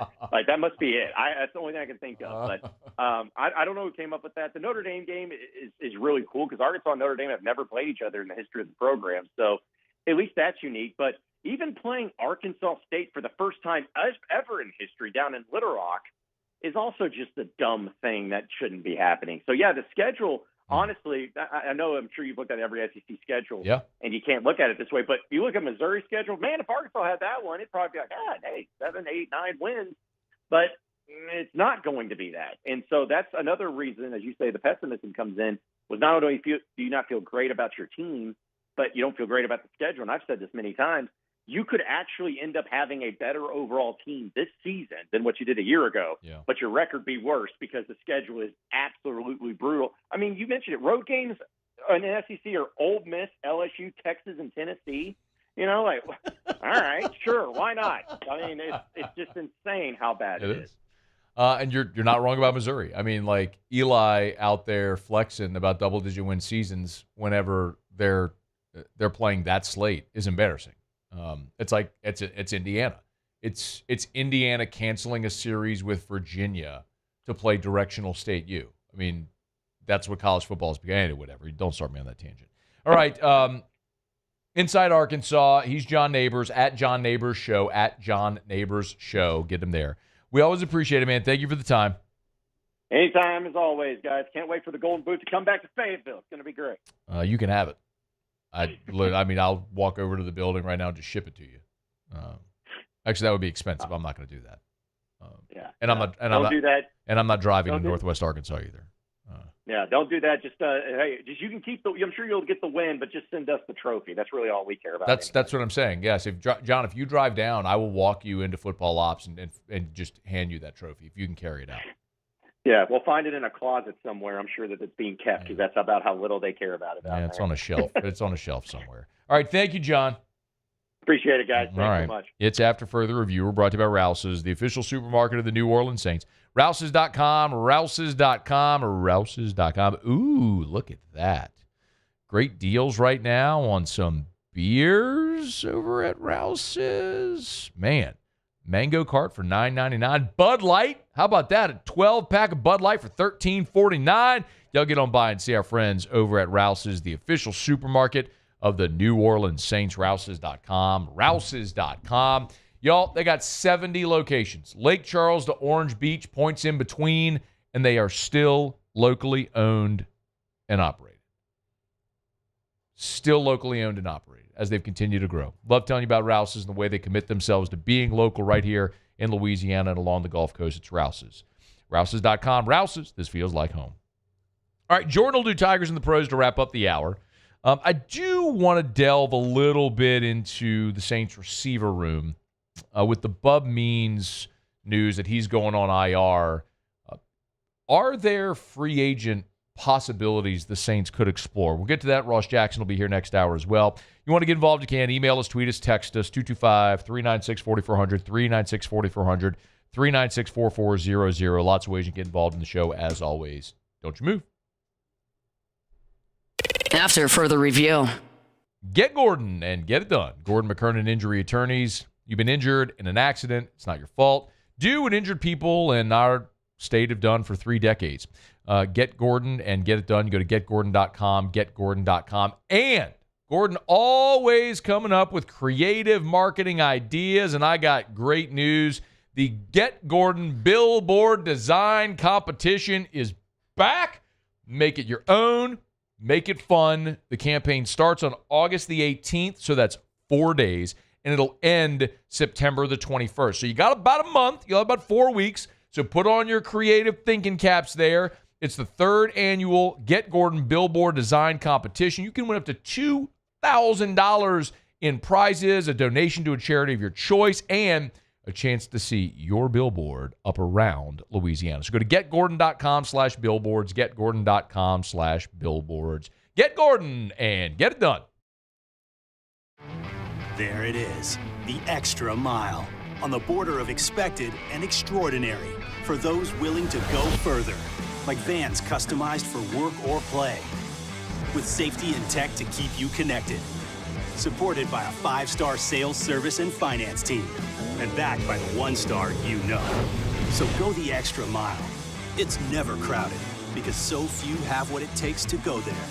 Mercedes-Benz Vans. We typically think of stress as being bad for us. At Our Lady of the Lake and LSU, we are researching how certain types of stress, such as exercise, can be good for our immune health. By studying people under extreme stress, such as athletes, astronauts, service members, and first responders, we're learning how to improve the immune health of everyone. That's the power of research. That's the impact of champions. Together, we roar. River Parish Contractors has immediate openings for structural steel shop fabricators. Call or text Big Jake today at 318-547-1000 or go to rpcontractors.com and click on employment. River Parish Contractors. Let's get building.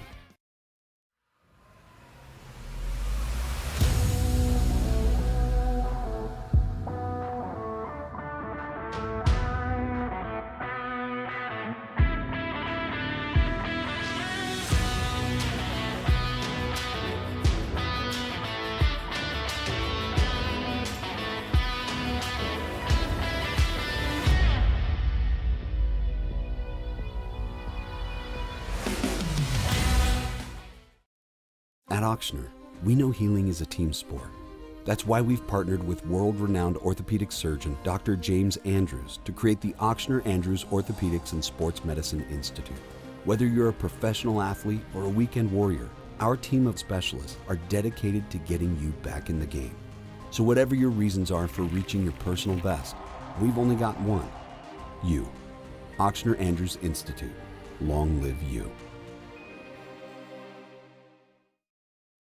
Family owned and community driven. Service Chevrolet Cadillac, a legacy you can trust since 1972.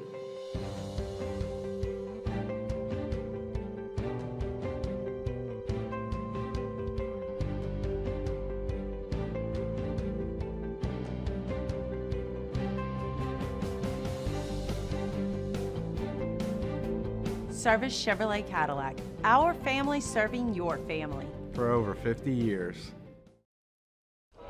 These ice cubes could have been a thankless bed for an all-you-can-eat salad bar. But instead, they cradle them. After further review with Matt Moscona, presented by Decision Critical Concierge Nursing. Healthcare for your lifestyle. Learn more at decisioncriticalvr.com.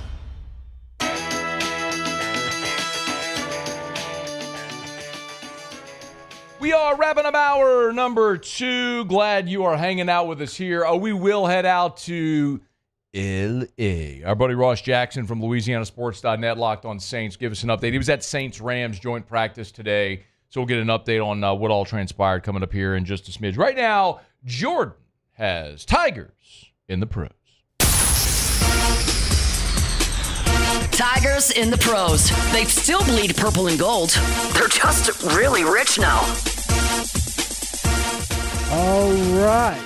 Odell Beckham Jr. saw on Wednesday a report emerged that several teams are interested in a free agent wide receiver. He also appeared on the Random Podcast with Bill Maher.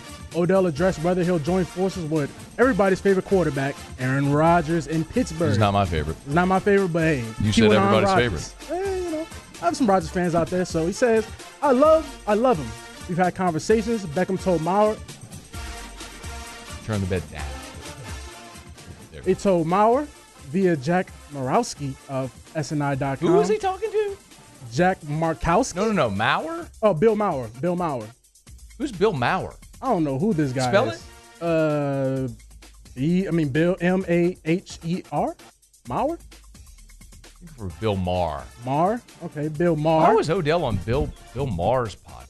I would never guess why he was even on there. But so he said, I won't say that it's not a possibility, and I won't say that I haven't had any communications with Rodgers and the Pittsburgh Steelers. So we shall see if Odell signs with the team. So Mason Smith, defensive tackle Mason Smith, is set to start practicing with the Jacksonville Jaguars. Smith was placed on the physically unable to perform list at the announced that he's been activated on Thursday. Smith was a second-round pick last season and started 5 of the 11 games he played for Jacksonville. He had 17 tackles, 3 sacks, 3 passes defended during his rookie season. Kevin Gosman pitched 7 innings last night. He had 3 hits, 3 Ks, 1 walk, 2 earned runs as the Blue Jays fall to the Chicago Cubs 4-1. And Alex Bregman went 0 for 4 as the Red Sox fall to the Astros 4-1. Josh Smith went 1 for 3 as the Rangers fall to the Diamondbacks 6-4. Cam Sanders didn't even get an inning pitch with 1 K, 1 walk as the Pirates get blown out by the Brewers. Hunt Palmer's going to hate to hear that. And Anissa Morrow, she beat the Sky and she had 9 points, 9 rebounds, 1 block, 3 blocks. And that's Tigers and the Pros. Presented by Evermore, EVA-MOR, evermore.com, evermore.com. Natural artesian water. Got mine right here on the set. Stay hydrated, y'all. Find Evermore at great local retailers or online at evermore.com. And send me your pictures. Drink Evermore, send me your pictures. Tweet me, text me, DM me. Love sharing it with my friends over at Evermore. That's Evermore. All right, Sports Center's coming up. National headlines. Hour 3 is next. AFR. Our Lady of the Lake and LSU Championship Health Partners. It's really my pleasure every day to tell you about Our Lady of the Lake. My goodness, just think about how many different ways Our Lady of the Lake continues to expand that relationship with LSU. We learned about the very, very exciting plan for the naming rights of the new arena. That's coming hopefully really soon. But another way, not only the naming rights of the arena, but you heard EJ and Ryan in studio with us last week talking about how they're going to build an entire medical complex around that arena. The Franciscan missionaries of Our Lady have done incredible work over 100 years with the multi-state health system, the hospitals, the clinics, providing you accessible health care and championship-level health care all throughout our region. Our Lady of the Lake and LSU. Together, we roar. These are the luckiest ice cubes in the world. They could have been a thankless bed for an all-you-can-eat salad bar. But instead, they've been called upon to cradle and cool a crisp, refreshing Dos Equis. Looks like the lucky just got luckier. Dos Equis. At Luba Workers' Comp, our journey began over 30 years ago with a simple belief. Our clients come first. At Luba, our business has always been focused on people, not policies. Through every success and challenge, we've continued to grow because we've stayed true to our values, committed to providing you with genuine dependability. Because your well-being is more than a priority. It's our purpose.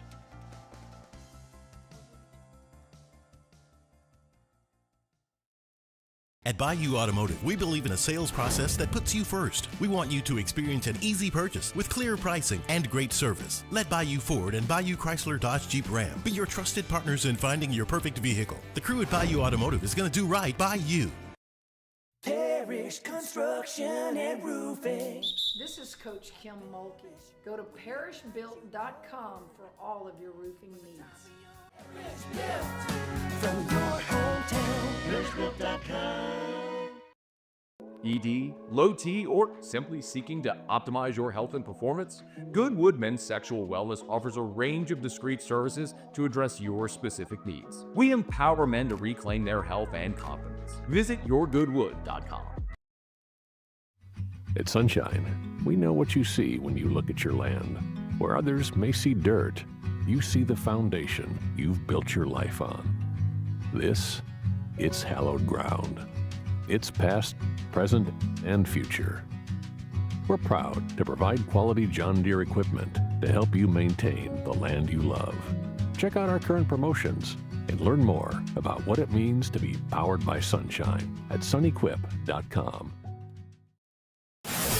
While Louisiana politics can seem like they're from another planet, Moon Griffon isn't afraid to bring politicians back down to earth. Listen to the Moon Griffon Show weekday mornings at 9 on Talk 107.3. We came up with the idea of auctions in August. Gulf Coast Bank does all the work. We display the item. We prominently feature it in social media, on our website. But we do it because it's the right thing to do for the community. Mornings with Brian Haldane is the only live and local talk show in the capital city. Get the news from the newsmakers, along with traffic and weather updates throughout the morning. The conversation starts weekday mornings at 6 on Talk 107.3.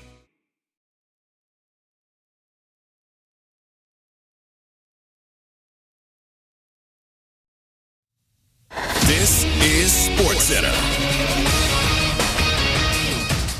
I'm Christine Lisi. Chiefs receiver Rashee Rice expected to have his disciplinary hearing with the NFL on September 30th in New York, clearing a path for him to play the first 4 weeks of the season before any potential disciplines handed down for his role in a multi-car crash last offseason in Dallas, which left multiple people injured. Considering what Rice brings to KC's offense, his absence in any possible suspension will be felt, explains ESPN NFL analyst Andrew Hawkins. He sees and feels the defense the same way that Patrick Mahomes does. So when they've had issues, especially early in his career, he's helped fill some of that void that is left by Kelsey, who is 35 years old, still one of the top tight ends in the league, but he might be a little slower getting to those windows. So having Rashee Rice in the lineup with Kelsey, with some of that speed of Hollywood Brown and Xavier Worthy, really makes it feel like a complete package as it pertains to the passing game. Rams quarterback Matthew Stafford didn't participate in today's joint practice. He'll work out Saturday morning. He hasn't practiced this summer due to a back injury. Baseball, Vladdy Guerrero Jr., two-run homer, bottom 8, helped lead the AL East leading Blue Jays past the Cubs 2-1. ESPN Radio is presented by Progressive Insurance. At Progressive, we offer auto, home, and commercial auto insurance, plus a variety of business insurance options to cover your small business needs and more. Visit Progressive.com today.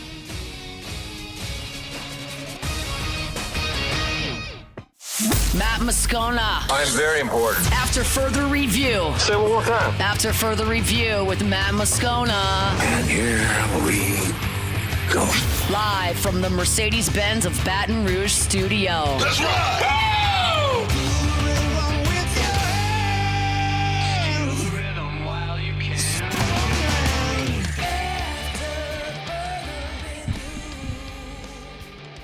Hour 3, off we go. Welcome aboard. Glad you're with us. AFR, presented by Decision Critical, Concierge Nursing in Baton Rouge. I'm Matt. This is Shaq O'Neal, and I hate Matt. Paul O'Neal. They're chanting Paul O'Neal's name. Jordan Kitchen. Jordan, 20-footer, head of the key, good! And Mr. Toby Tomplin.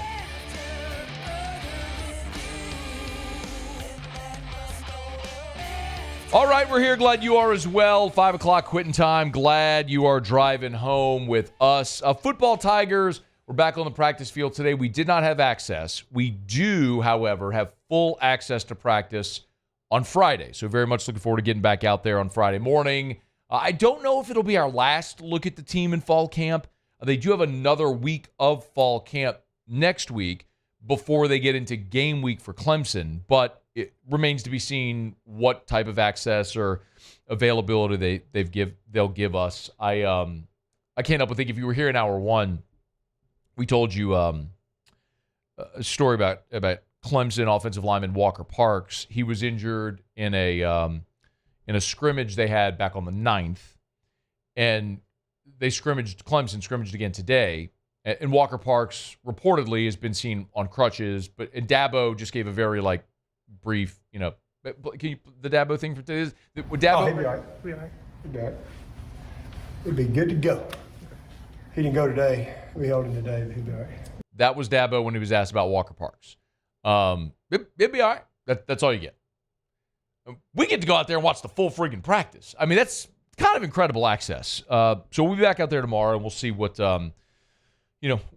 what they do, and we'll certainly do a practice report. I got a text, and you can always text me, 225-396-4400, 396-4400, 396-4400. Get questions, comments, and you're always welcome to do that. And some people ask me, is that just during the show? No, it's an app on my phone called Community that I pay for. You can text me whenever you want. Candidly, I can't reply to every single text message because that's probably all I would be doing if I was just replying to everything. But you always feel free to text me. A guy named Hank sent me this text just a bit ago. He said, Matt, a couple things as it relates to LSU and the practice report. So number one, when you watch the 11-on-11 and it's not situational, it's like sometimes, for example, they'll go 11-on-11, but it's goal line. We were there earlier this week, and it was 11-on-11, and the offense was starting 3rd and goal from the 8. So basically you had two downs. You're 3rd and goal from the 8. So what do you do if it's an incomplete pass? What do you do if you run and it's a short gain or it's no whatever? So that's what he's talking about, situational. And a lot of times we're also watching 11-on-11, and it's just 2nd and 10. So they'll start at the 10-yard line, and it's just 2nd and 10. And no matter what happens, they move it up to the 20. And then it's 2nd and 10, they move it up to the 30. And it's 2nd and 10, they move it up. You understand. But when they go scrimmage portion, and it's just keeping down and distance, and they're just you're starting a possession at the 35 or whatever, and it's just go run a possession. He said, what type of tempo is the offense going with? I think it is important to remember, in some of those periods, they could be running 11-on-11 scrimmage, but it's an end game or end of half scenario. They could be going fast. My observation typically is just the cadence that you would follow in any situation. Up there, it's no huddle, but nobody huddles anymore anyway. So they're going no huddle. Obviously, Nuss is out of the shotgun with their clap cadence, and that's it. It's just I wouldn't say that they're going super fast, but they are operating out of the no huddle just like they always do. And the second question, he said, I can't help but wonder which running back is picking up the blocking assignments the best. Given the offensive line hasn't a lot of time together, I think this is the facet of the running back position that can be overlooked when trying to protect Nuss. Thanks for the reporting. And that, Hank, is a great point, because one of the reasons Josh Williams had a role in the offense from walk-on to wearing number 18 was his ability and his willingness to block. Not just as a lead blocker or blocking out of the backfield, but to pass protect. I know it's been said a bunch, but if you go back to the Alabama game in 22 in Kelly's first year, the game-tying touchdown, the Jaden Daniels run, go look at Josh Williams. Just go pull up the play if you have the time or the tolerance, and just look at Josh Williams. I mean, he does an airborne, parallel to the ground, flying Superman-style block to spring Jaden on that touchdown. And that is not an area where Caden Durham was awesome a year ago. And that's not surprising. That is not a knock at all on Caden Durham, by the way, because most freshmen come to a place like LSU as a running back, and you have the opportunity to play at a place like LSU because you are an outstanding physical freak. And by the time, when you're in high school, you are such an outstanding. Everybody knows somebody. Whether you played with someone or played against someone, when you were in high school and you played against someone that was that outstanding, they weren't blocking. They were trucking other high school kids. So you look at Caden Durham, and he comes into LSU. You're not looking at at Caden Durham thinking, okay, like he spent his entire high school career pass protecting. So there was going to be some progress there that had to be made for Caden Durham. Like if you were to look up, his I'm trying to pull up his PFF numbers from a year ago. I'm not having a lot of success trying to find it right now. But anyway, because I was trying to find his pass protecting numbers for you, because that was a problem for Caden Durham a year ago. And similarly, Caleb Jackson wasn't doing that at Liberty. So, and then you're bringing in Harlan Berry, who's a smaller back. You certainly don't have that component. So that's a good question. And I don't have a great answer for you because, quite honestly, we haven't seen it a bunch. Because most of the 11-on-11 that we're seeing them run, yeah, Caden Durham's in the backfield, maybe staying in to help protect where they need, but they're also running a lot of outlets and empties and things like that, and screens to tight ends. My guess is if the tackles start to struggle, they'll leave a tight end. This is what they did in the bowl game. If the tackles are struggling, they'll leave a tight end in. Because remember, you didn't have Campbell or Jones. They'll leave a tight end in and force the edge rushers to go farther around the edge, and hopefully Nuss can step up. What you worry about is the pressure up the middle, but as we said, Braylon Moore has been outstanding. The guards have been where you've had a little bit of an issue. And yes, that's straight up the middle, so you do have to iron that out, but that's where leaving a running back in to protect and help. Long way of saying, Caden Durham is the guy who's getting the lion's share of the first team reps and is going to be asked to do that. But very candidly, I haven't spent a lot of time looking at it, but I will when we go out there on Friday if we get to see a team period, which I suspect we will because we get to watch the entire practice on Friday. So one of the things I'll be sure to make a note of. But that certainly does matter very significantly because that was a huge role that Josh Williams has played ever since he was a walk-on at LSU, and that's out the door now. So someone is going to have to certainly improve their ability to pass protect from the running back spot. All right, it's After Further Review. We're brought to you by Decision Critical Concierge Nursing in Baton Rouge, title sponsor of our Thursday shows. Remember, it's not just healthcare, it's healthcare for your lifestyle. They also do therapeutic phlebotomy. A lot of men who are on hormone replacement therapy, a lot of times it'll increase your red blood cell count. So you have to give blood regularly, like usually every 3 to 6 months. I do, by the way. I'm in that number. So Decision Critical offers therapeutic phlebotomy. They'll come to you, your home, your office, and do the blood draw. If you have to give, a pint of blood or whatever it is, think about how convenient that is. You don't have to go to a blood bank or blood center or anything like that. Their expertly trained nurse will come to you, your home, your office, 30 minutes less, boom, you're done. It's Decision Critical. They can take care of, if you're caring for an elderly parent and you need help. Maybe you're bringing a baby home. They can certainly help with that. From birth to end-of-life care, they talk about it all the time. And everything in between. It's healthcare for your lifestyle. DecisionCriticalBR.com. DecisionCriticalBR.com.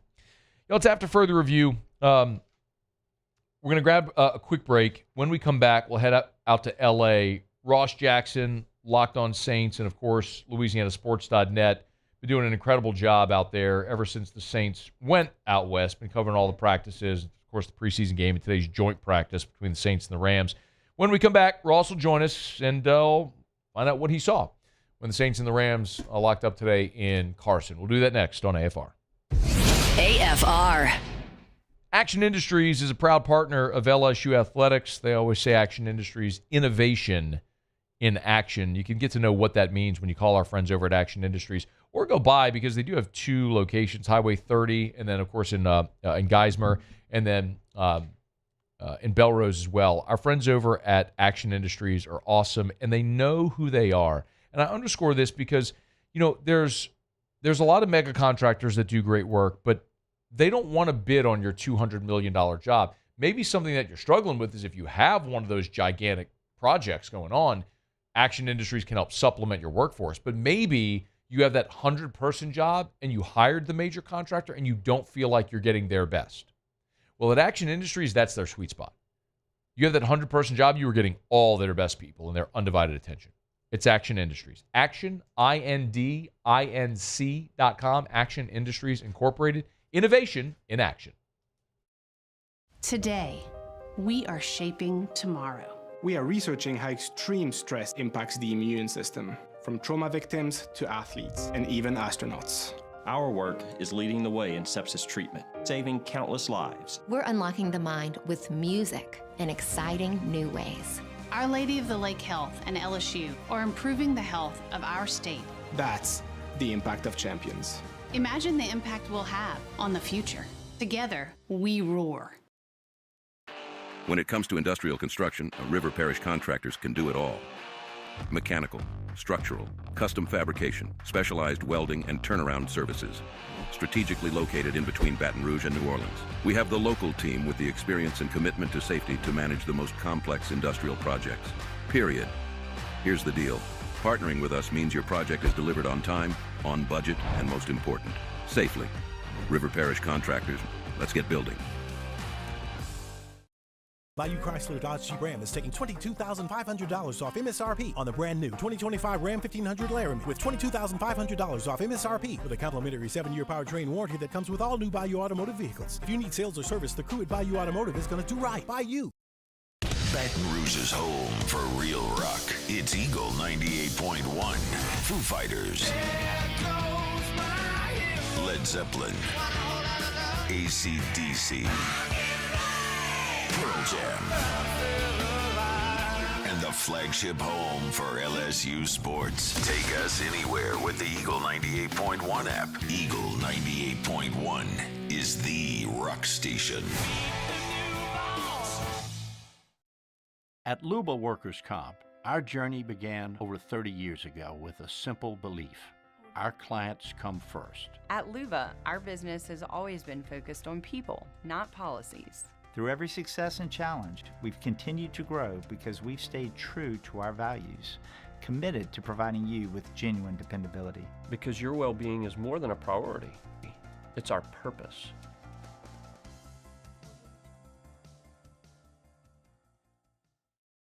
Men, age is just a number. Don't let it dictate how you feel. Goodwood Men's Sexual Wellness has anti-aging services that can help you look and feel your best. Visit yourgoodwood.com and discover a renewed sense of vitality. Gulf Coast Bank and Trust is giving our customers the power to bank anywhere, anytime during this challenging event. And we're right there with you. Our mobile banking app is a smart way to manage your money and time. Gulf Coast Bank and Trust, the bank that cares about you. Tiger Country is 100.7 The Tiger. In the car on 100.7 FM or on the 100.7 The Tiger. After further review with Matt Moscona, presented by Decision Critical Concierge Nursing. Healthcare for your lifestyle. Learn more at decisioncriticalbr.com.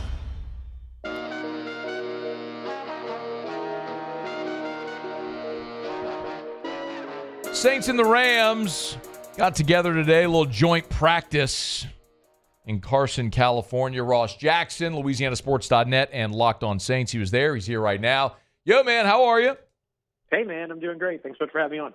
Our pleasure. Let's start with how they structured the day.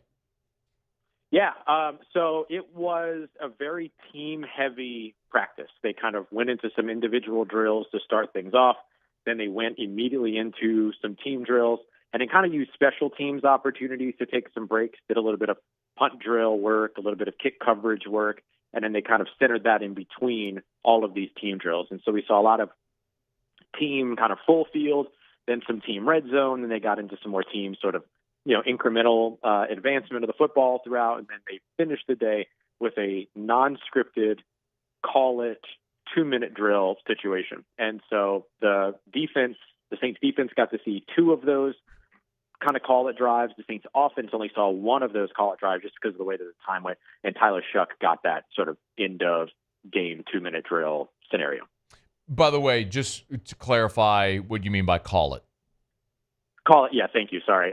So call it is actually live play calling happening by the coaches. So you've got Sean McVay calling his offense, going up against Brandon Staley calling his defense, Kellen Moore calling his offense, Chris Shula calling his defense. So getting away from the scripted sort of, we have this plan, we want to work these plays in these situations, and then going more to some game-like situations. Russ, what's the value of a day like today for New Orleans? I struggle to come up with a real answer to that question that I believe. If I'm being entirely honest. That I believe. Yeah. That's so good. I could tell you I could tell you all of the lines that you hear. Oh, they get their opportunity to go up against competition that they don't typically see. They get their chance to see different schemes and things like that. It's lovely. But I don't know how much of it is really worth it when it comes to the risk of a little bit of a less controllable environment. So I can give you the chalk talk, but to be real with you, the value for me when it comes to joint practices always kind of escapes me. Maybe that's a bit of an unpopular opinion, but that's sort of the way that I look at it. So for me, I think that the thing that the Saints were able to take away from today is that they did go up against an unfamiliar defensive scheme, an unfamiliar offensive scheme, so they do get that little bit of growth and that little bit of exposure in a practice environment as opposed to in a preseason environment where guys are flying 150 miles an hour trying to make a team roster. And so I think there is that piece. And then the other thing is put the quarterbacks, these young quarterbacks in this quarterback competition, in an uncomfortable situation going up against things they haven't seen yet. Okay, that's a good transition. So I was reading your practice report from day 15, your camp report from day 15 from last night here, but yesterday's practice. And one of the big takeaways was that Rattler and Shuck kind of switched spots. That Tyler Shuck was kind of the QB1. You tell me if I'm misinterpreting that. What did they do today as far as the order? Yeah, today, so what they did was they made sure that both of these quarterbacks got first-team reps as well as second-team reps. And so what they did was they had Spencer Rattler start with the first team, Tyler Shuck was with the second team, and then after they kind of reset everything, then Tyler Shuck went to the first team and Spencer Rattler went to the second team. And so when it comes down to passing attempts, from what I have charted, Tyler Shuck walked away with two additional passing attempts, and maybe saw a little bit more, or certainly saw more reps with the first team because he got that 2-minute drive at the end that kind of tipped him over the top. So that's kind of the way that I would look at it. Rattler got the first team nod, but I think Shuck actually got more work in with the first team throughout this practice. Ross Jackson's with us. He's on Twitter at Ross Jackson Nola. Who were the standouts today? Yeah. So I have to go over to the defensive side to start because I think the Saints offense struggled quite a bit, particularly when it came to handling that pass rush of the Los Angeles Rams. And so over on the defensive side, I think two of the biggest standouts were Chase Young, who had, I'm pretty comfortable saying, several pressures, and then also had what I would have called two pretty sure thing sacks. Now, you still have to make the play at the quarterback, which we've seen the Saints struggle with in the past, but him being there and going up against Jimmy Garoppolo and Stetson Bennett, I think he would have been fine. I think he would have been able to get those guys down on the ground. And so I give him a couple of sacks there. I think that he also had a strong day in pass coverage, which you don't typically expect to talk about when it comes to edge rushers. But because of the nature of this defense, those guys are going to have to drop into coverage in some cases. And so he actually had 3 pass breakups today, Matt. 2 of them in the backfield on sort of swing passes or screen passes, and another one in coverage on a tight end where he knocked the football away. So I thought he had a really, really strong practice. And in Julian Blackmon, I'll highlight as well, at least 1 pass breakup. I would call it at least a couple passes defense as well. And then he also walked away with an interception on Jimmy Garoppolo. Jordan Howden had an interception as well on what has to be one of the ugliest football throws I've ever seen a pro football quarterback make. I'm telling you, this Stetson Bennett throw, I thought it got tipped. It looked like a really good punt. That's how bad the throw was. But Jordan Howden came up with it, so he's got another interception. Julian Blackmon's now got 3 interceptions in 3 straight days. So I think those guys were the standouts. And I give the quarterbacks a lot of credit managing the amount of pressure that they saw and still finding moments to go out there and make some plays. Spencer Rattler with a deep touchdown to Rashid Shaheed. Tyler Shuck with a pair of touchdowns, 1 to, I believe it was Cedric Wilson in the end zone, 1 to a receiver in the end zone when it came to a red zone drill, and then another big catch and run touchdown for Mason Gibson.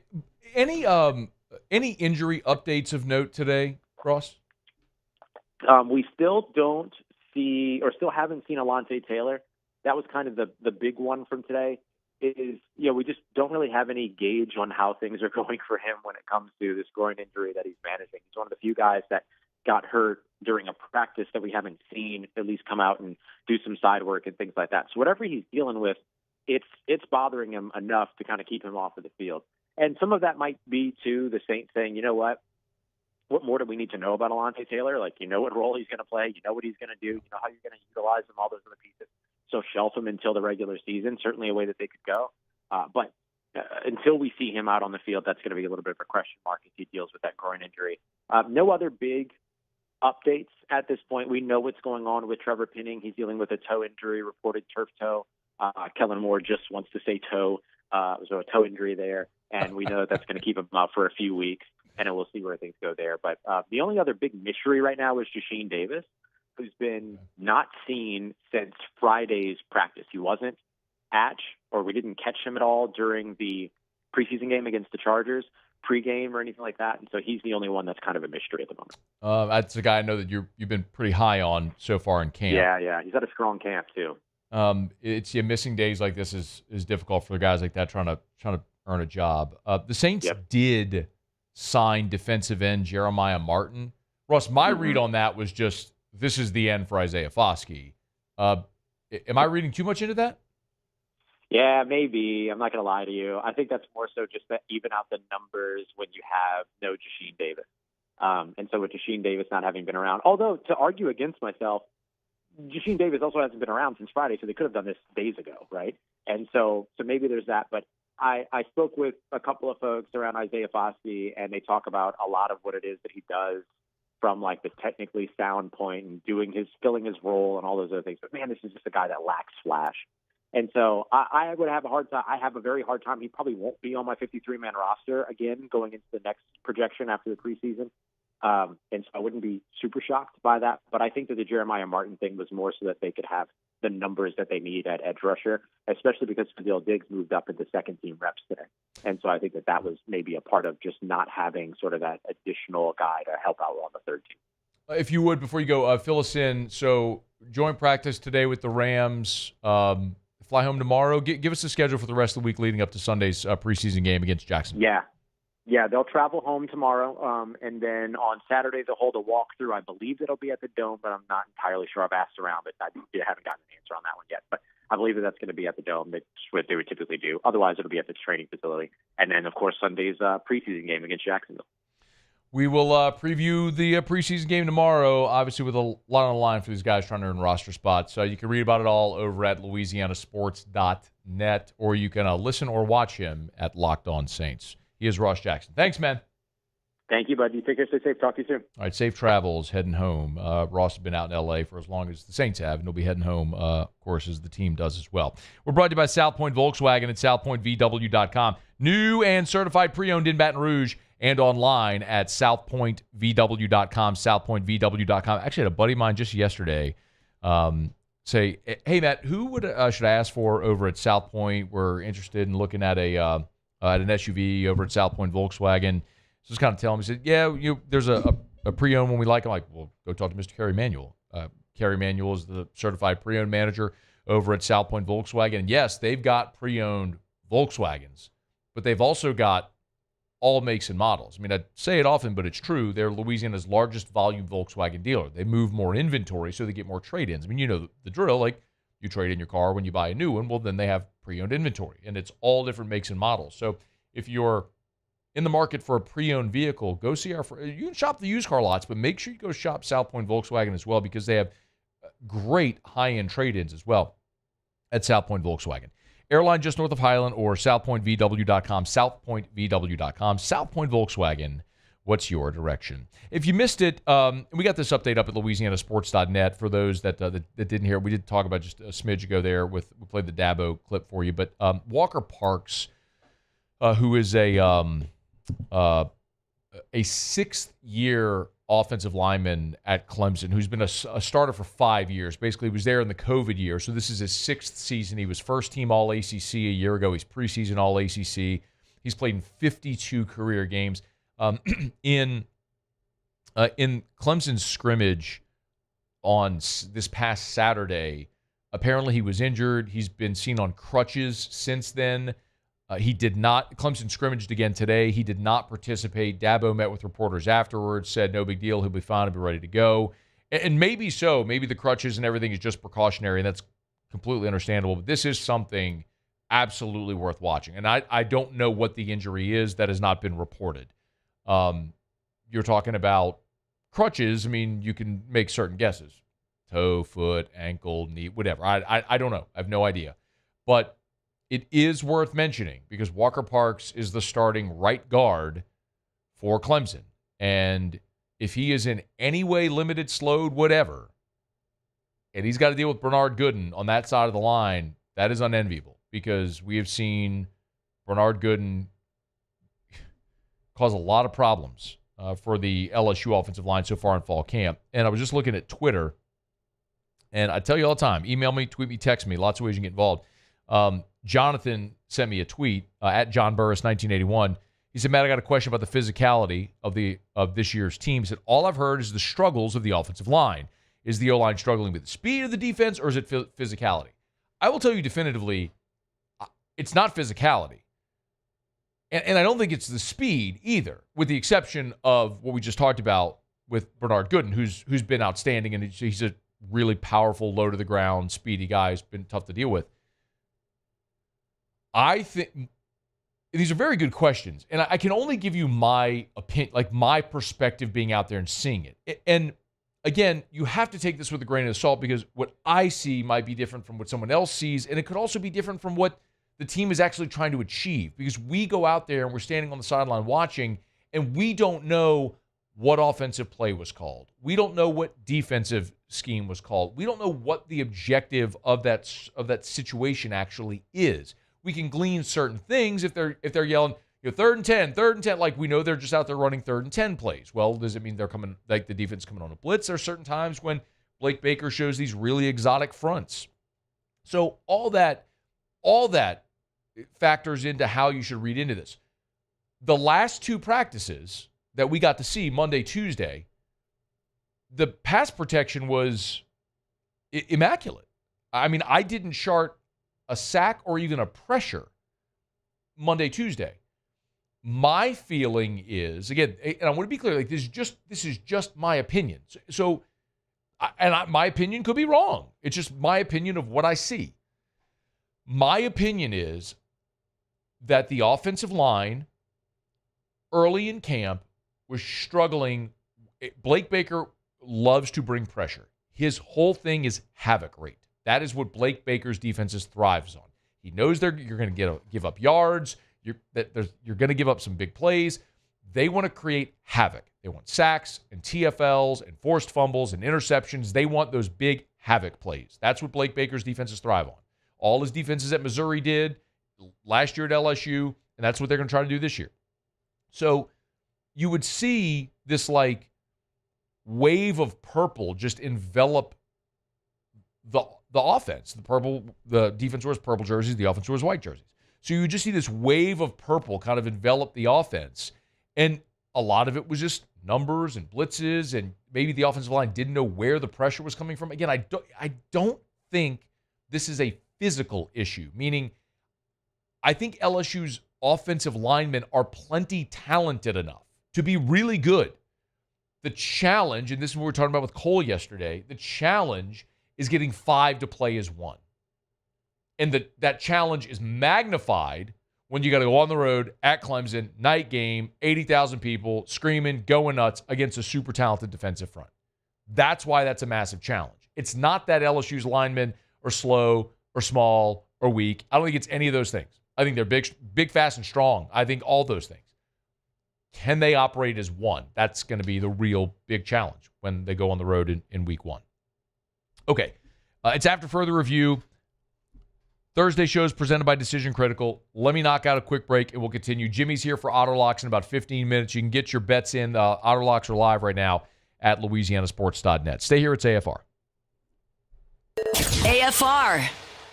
Love telling you about Darren James and Associates, brokered by LPT Realty. Of course, agent225.com, agent225.com, agent225.com.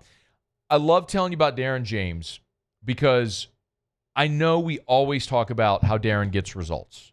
I say it all the time. Wall Street Journal's list top 1% of realtors in America, and that's true.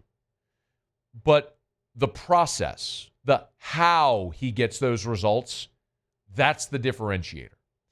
You know, I say it often, it doesn't matter if it's a $50,000 house or a $50 million house. Darren has a way of making you feel like you are his only client.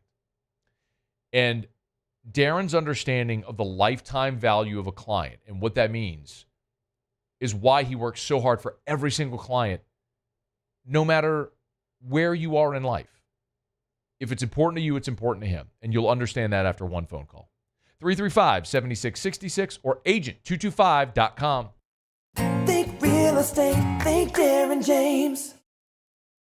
Businesses like yours are the soul of our community. You deserve someone who'll deliver the internet services you deserve.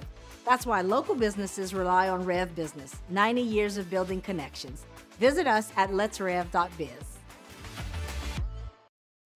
It's not just a game, it's a religion. You've got your team colors, team swag, and now your very own website. LouisianaSports.net. Everything LSU, Saints, and Pelicans. Sports on demand. In-depth coverage by sports writing pros with continuously updated news. And with the LouisianaSports.net newsletter, you get pinged directly with top trending stories. Best of all, now and always, no paywall. It's free. LouisianaSports.net. Powered by 104.5 ESPN Baton Rouge. Your home for Louisiana sports.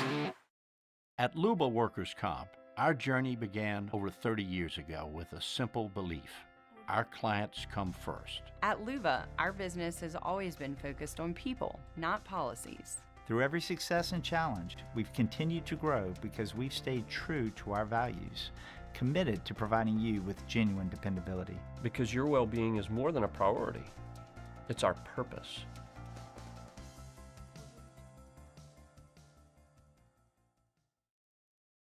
Breck teamed up to reimagine your parks, and you imagined big. With your help, we went to work, creating 12 beautiful community parks across the parish. A family-sized water park, miles and miles of trails, and parks just for your dogs. There are more places to splash, to explore, to run wild, and even soar. You imagined, we delivered. Gold. Breck, your #1 park system in the nation. We typically think of stress as being bad for us. At Our Lady of the Lake and LSU, we are researching how certain types of stress, such as exercise, can be good for our immune health. By studying people under extreme stress, such as athletes, astronauts, service members, and first responders, we're learning how to improve the immune health of everyone. That's the power of research. That's the impact of champions. Together, we roar. At Bayou Automotive, we believe in a sales process that puts you first. We want you to experience an easy purchase with clear pricing and great service. Let Bayou Ford and Bayou Chrysler Dodge Jeep Ram be your trusted partners in finding your perfect vehicle. The crew at Bayou Automotive is going to do right by you. These are the luckiest ice cubes in the world. They could have been a thankless bed for an all-you-can-eat salad bar, but instead, they've been called upon to cradle and cool a crisp, refreshing Dos Equis. Looks like the lucky just got luckier. After further review with Matt Moscona, presented by Decision Critical Concierge Nursing. Healthcare for your lifestyle. Learn more at decisioncriticalbr.com.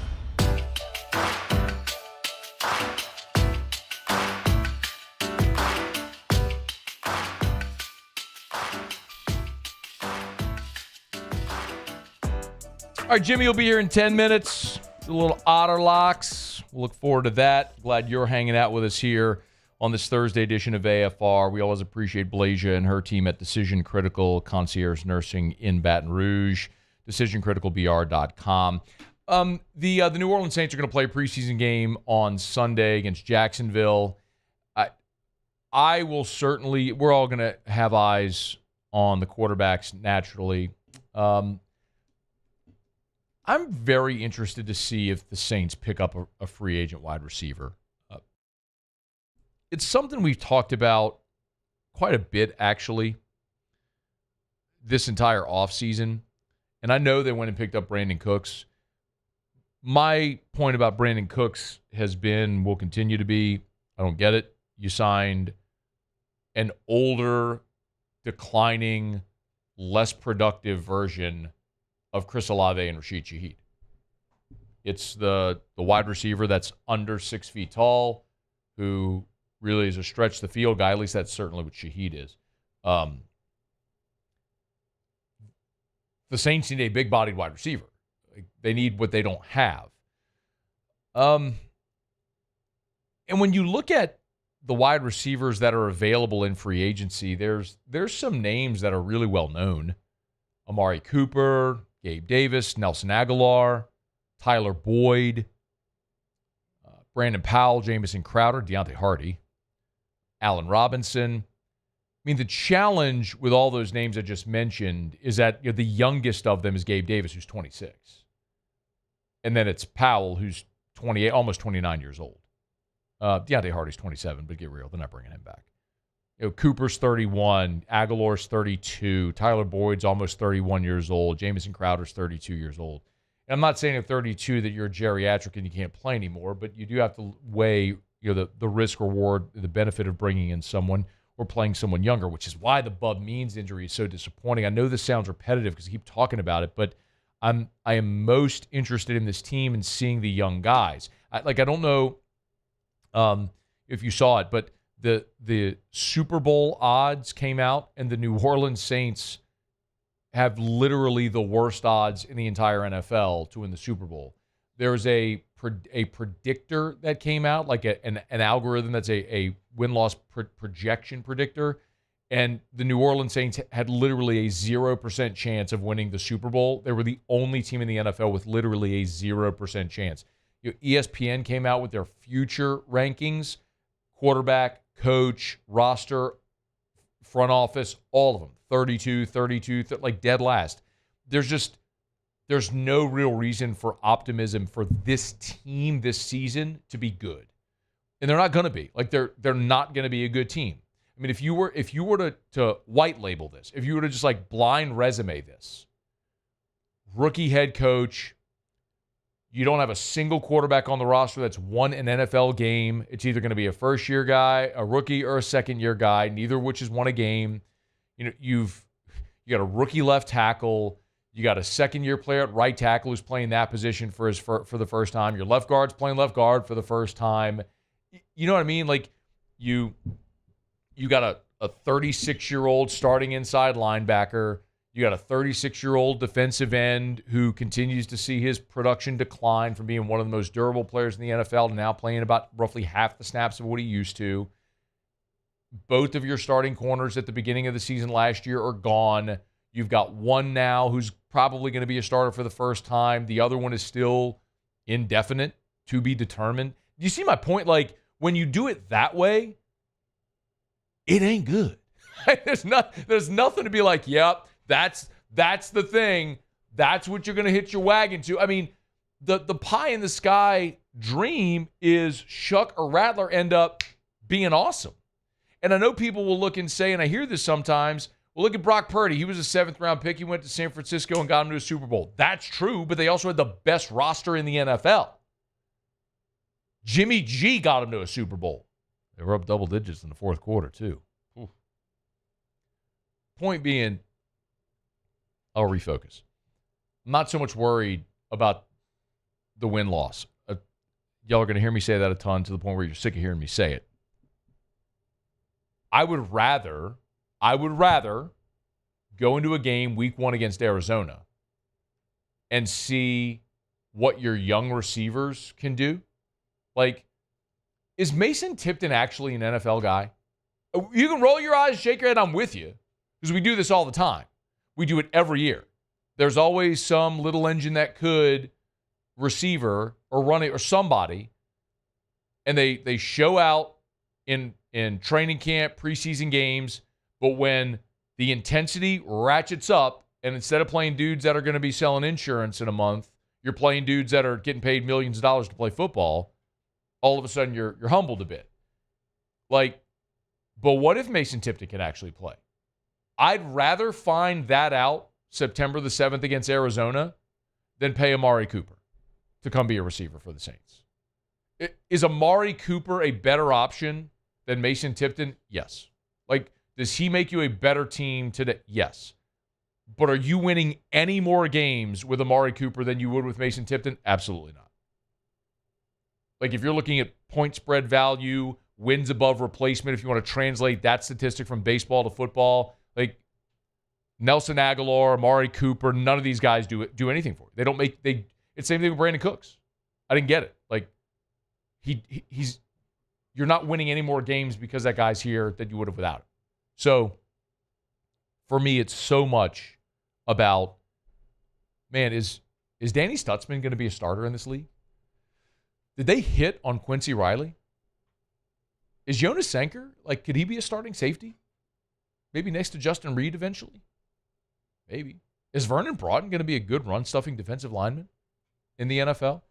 Is Kelvin Banks a franchise left tackle? That's what I'm interested in this year. And we'll get to learn those answers, win or lose, on football Sundays when we get to the fall. So those are the kinds of things I'll be keeping an eye on. So, look, you lose Bub Means, and that's super disappointing. It's a guy who used a fifth-round pick on last year, and maybe you're hoping year 1 to year 2 he takes a big progression, but he's on IR and his season's over. And so you've lost a body at wide receiver. So how do you go replace him? I don't have the answer to that. They could certainly go into free agency and find one of these guys who might want to collect a check and play a little NFL football, has got some experience, and maybe it's beneficial to have a veteran in that room with the young players. But for the most part, I'm more interested in seeing if the young guys can hang than watching guys that are well past their prime collect a check to make you just marginally better on a team that's not going to be good anyway. And August is supposed to be about optimism. And I've got none for the New Orleans Saints. We're brought to you by Shaw Bills Tire and Auto Service, ShawBillsTire.com, ShawBillsTire.com.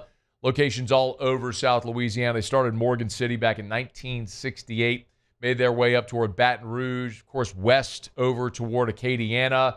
Man, I love going into Shaw Bills. It's clean. They got a great little kitchenette area. Make yourself a little coffee in the Keurig, free Wi-Fi, flat screen TVs, comfortable furniture. I can actually go get some work done when I wait on my vehicle. You don't have to wait long because they get you in and out and they take great care of you. So if you need oil change, tires rotated, maybe you're going to be making that trip up to Clemson here in a few weeks. You're going to be driving before you hit the road. Make sure your car is ready to roll. You need new tires, get them. Get the best tires at the cheapest price. That's at Shaw Bills. ShawBillsTire.com. ShawBillsTire.com. Shaw Bills, where we keep you rolling. All right, y'all, been a great show. Really appreciate you for hanging out with us here on this Thursday. If you missed anything, Brandon Taylor was here an hour or two. We talked a little. By the way, Brandon Taylor gave his pick for the 18 jersey. Of course, Brandon Taylor, former number 18. His pick was Whit Weeks. You go catch that entire interview if you want to on demand. John Nabors was giving us our SEC fall preview, looking at our Kansas. 1 to go. We'll look at Oklahoma tomorrow. That'll be a wrap on our SEC fall previews. As we were looking at the 8 teams that we decided not to do all 16 teams of the league. We said, look, let's look at the 8 teams that LSU is going to play in the regular season. So we just went in order that they're going to play. So we got 1 to go. It'll be Oklahoma. We'll do that tomorrow. And then you heard Ross Jackson gave us an update. Final Saints practice from L.A., joint practice today with the Rams. If you missed any of it, AFR On Demand, presented by Brett Golf. Wherever you get your podcast or on YouTube, just search AFR LSU or AFR Saints if you want our LSU or our Saints content. All right, final break. Come back. We'll wrap it up next. Jimmy will be here for Auto Locks. Don't you move. AFR. Duplessis Builders, duplessisbuilders.net. I am really excited. I don't know if I'm going to be able to leak this to you on Sunday, but Sunday I will be at the Duplessis Builders showroom shooting some NIL videos. There may or may not be a cold plunge involved, allegedly. So I'm excited about it. But I love telling you about Duplessis Builders. Derek and his team do awesome work. They're voted by Pool and Spa Magazine as a top 50 pool builder in America this year. Not in Baton Rouge, not in Louisiana. Top 50 in the country. So you want to talk about not only a beautiful product that will last, but exceptional customer service and an exceptional experience. That's Duplessis Builders. If you want the pool, the spa, the outdoor kitchen, the putting green, they do all of it. They do it better than anyone else. It's Duplessis Builders. Check them out online at duplessisbuilders.net, duplessisbuilders.net, duplessisbuilders.net. There it is, the extra mile, on the border of expected and extraordinary for those willing to go further, like vans customized for work or play, with safety and tech to keep you connected. Supported by a 5-star sales, service, and finance team. And backed by the 1-star you know. So go the extra mile. It's never crowded because so few have what it takes to go there. Mercedes-Benz Vans. Gulf Coast Bank and Trust is giving our customers the power to bank anywhere, anytime during this challenging event. And we're right there with you. Our mobile banking app is a smart way to manage your money and time. Gulf Coast Bank and Trust, the bank that cares about you. Parish Construction. construction and roofing. This is Coach Kim Mulkey. Go to parishbuilt.com for all of your roofing needs. From your hometown, parishbuilt.com. Hi, this is Beth Serena. Welcome to my pool.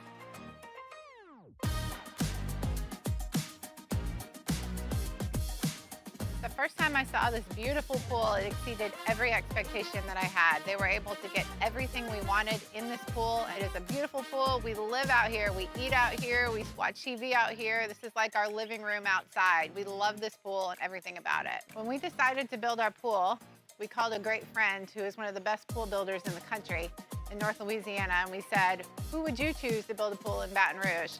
And without a hesitation, he told us Russell Pools. He said their history, tradition of great builds, great pools was unmatched. So of course, who did we call? Russell Pools.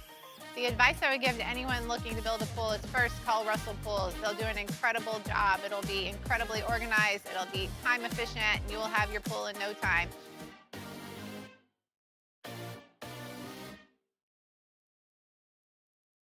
Today, we are shaping tomorrow. We are researching how extreme stress impacts the immune system, from trauma victims to athletes and even astronauts. Our work is leading the way in sepsis treatment, saving countless lives. We're unlocking the mind with music in exciting new ways. Our Lady of the Lake Health and LSU are improving the health of our state. That's the impact of champions. Imagine the impact we'll have on the future. Together, we roar. At Ochsner, we know healing is a team sport. That's why we've partnered with world-renowned orthopedic surgeon Dr. James Andrews to create the Ochsner Andrews Orthopedics and Sports Medicine Institute. Whether you're a professional athlete or a weekend warrior, our team of specialists are dedicated to getting you back in the game. So whatever your reasons are for reaching your personal best, we've only got one: you. After further review with Matt Moscona, presented by Decision Critical Concierge Nursing. Healthcare for your lifestyle. Learn more at decisioncriticalbr.com.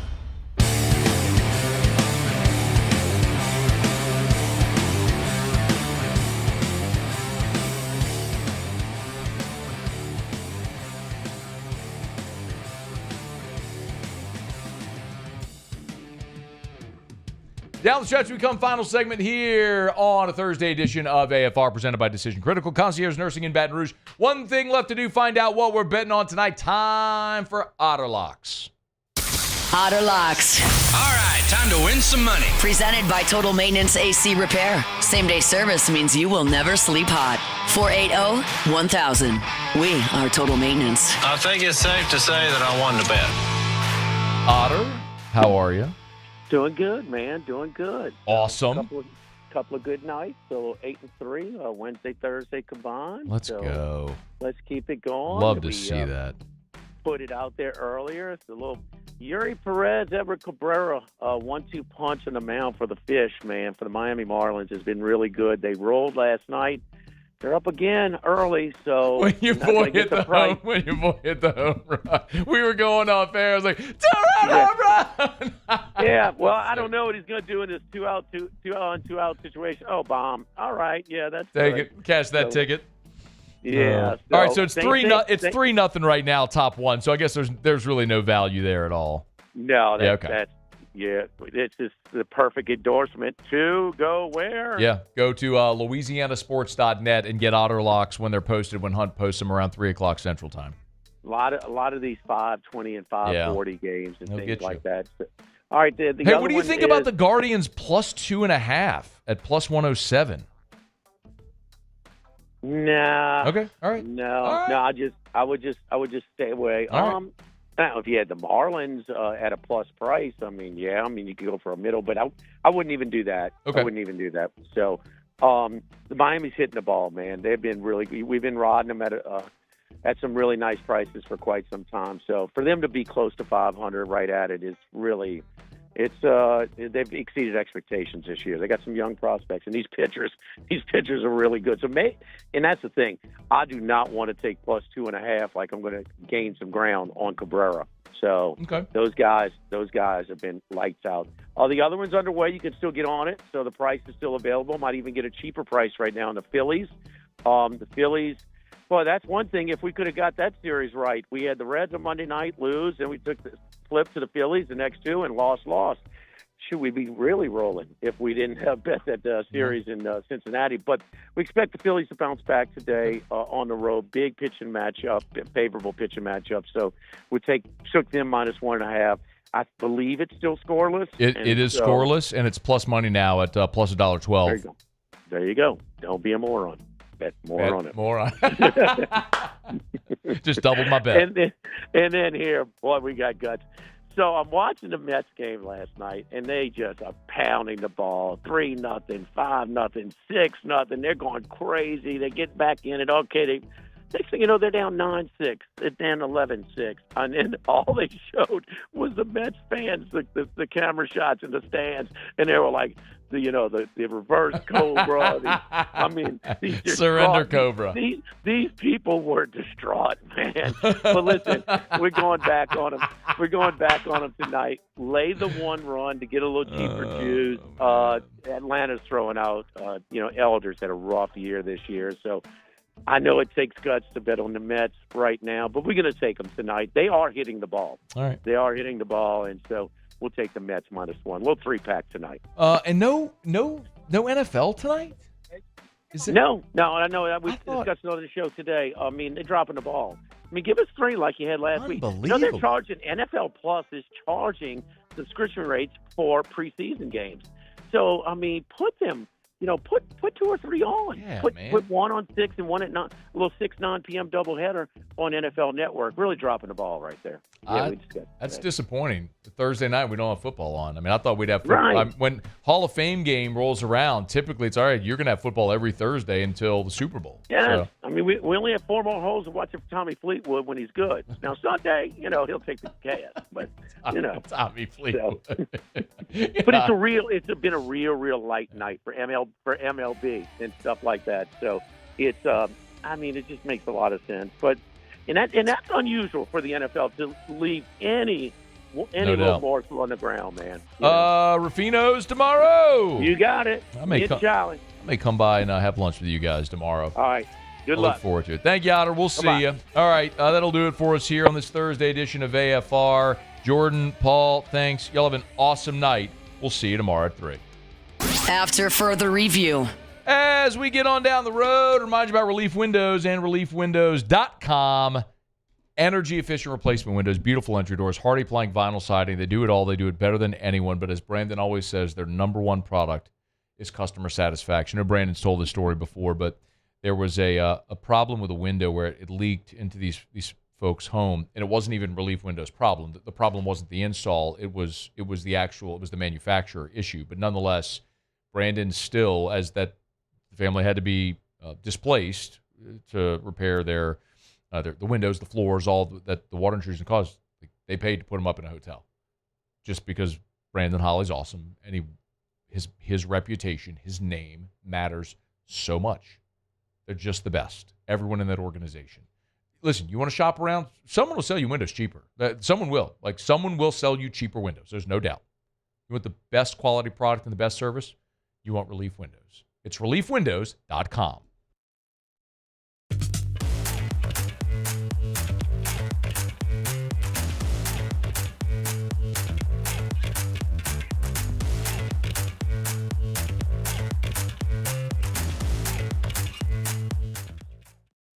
At Luba Workers' Comp, our journey began over 30 years ago with a simple belief. Our clients come first. At Luba, our business has always been focused on people, not policies. Through every success and challenge, we've continued to grow because we've stayed true to our values, committed to providing you with genuine dependability. Because your well-being is more than a priority. It's our purpose.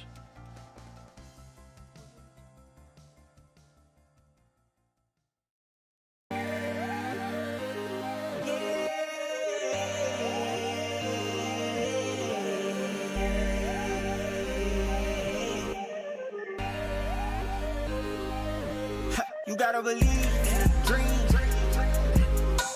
Believe. You gotta believe in a dream.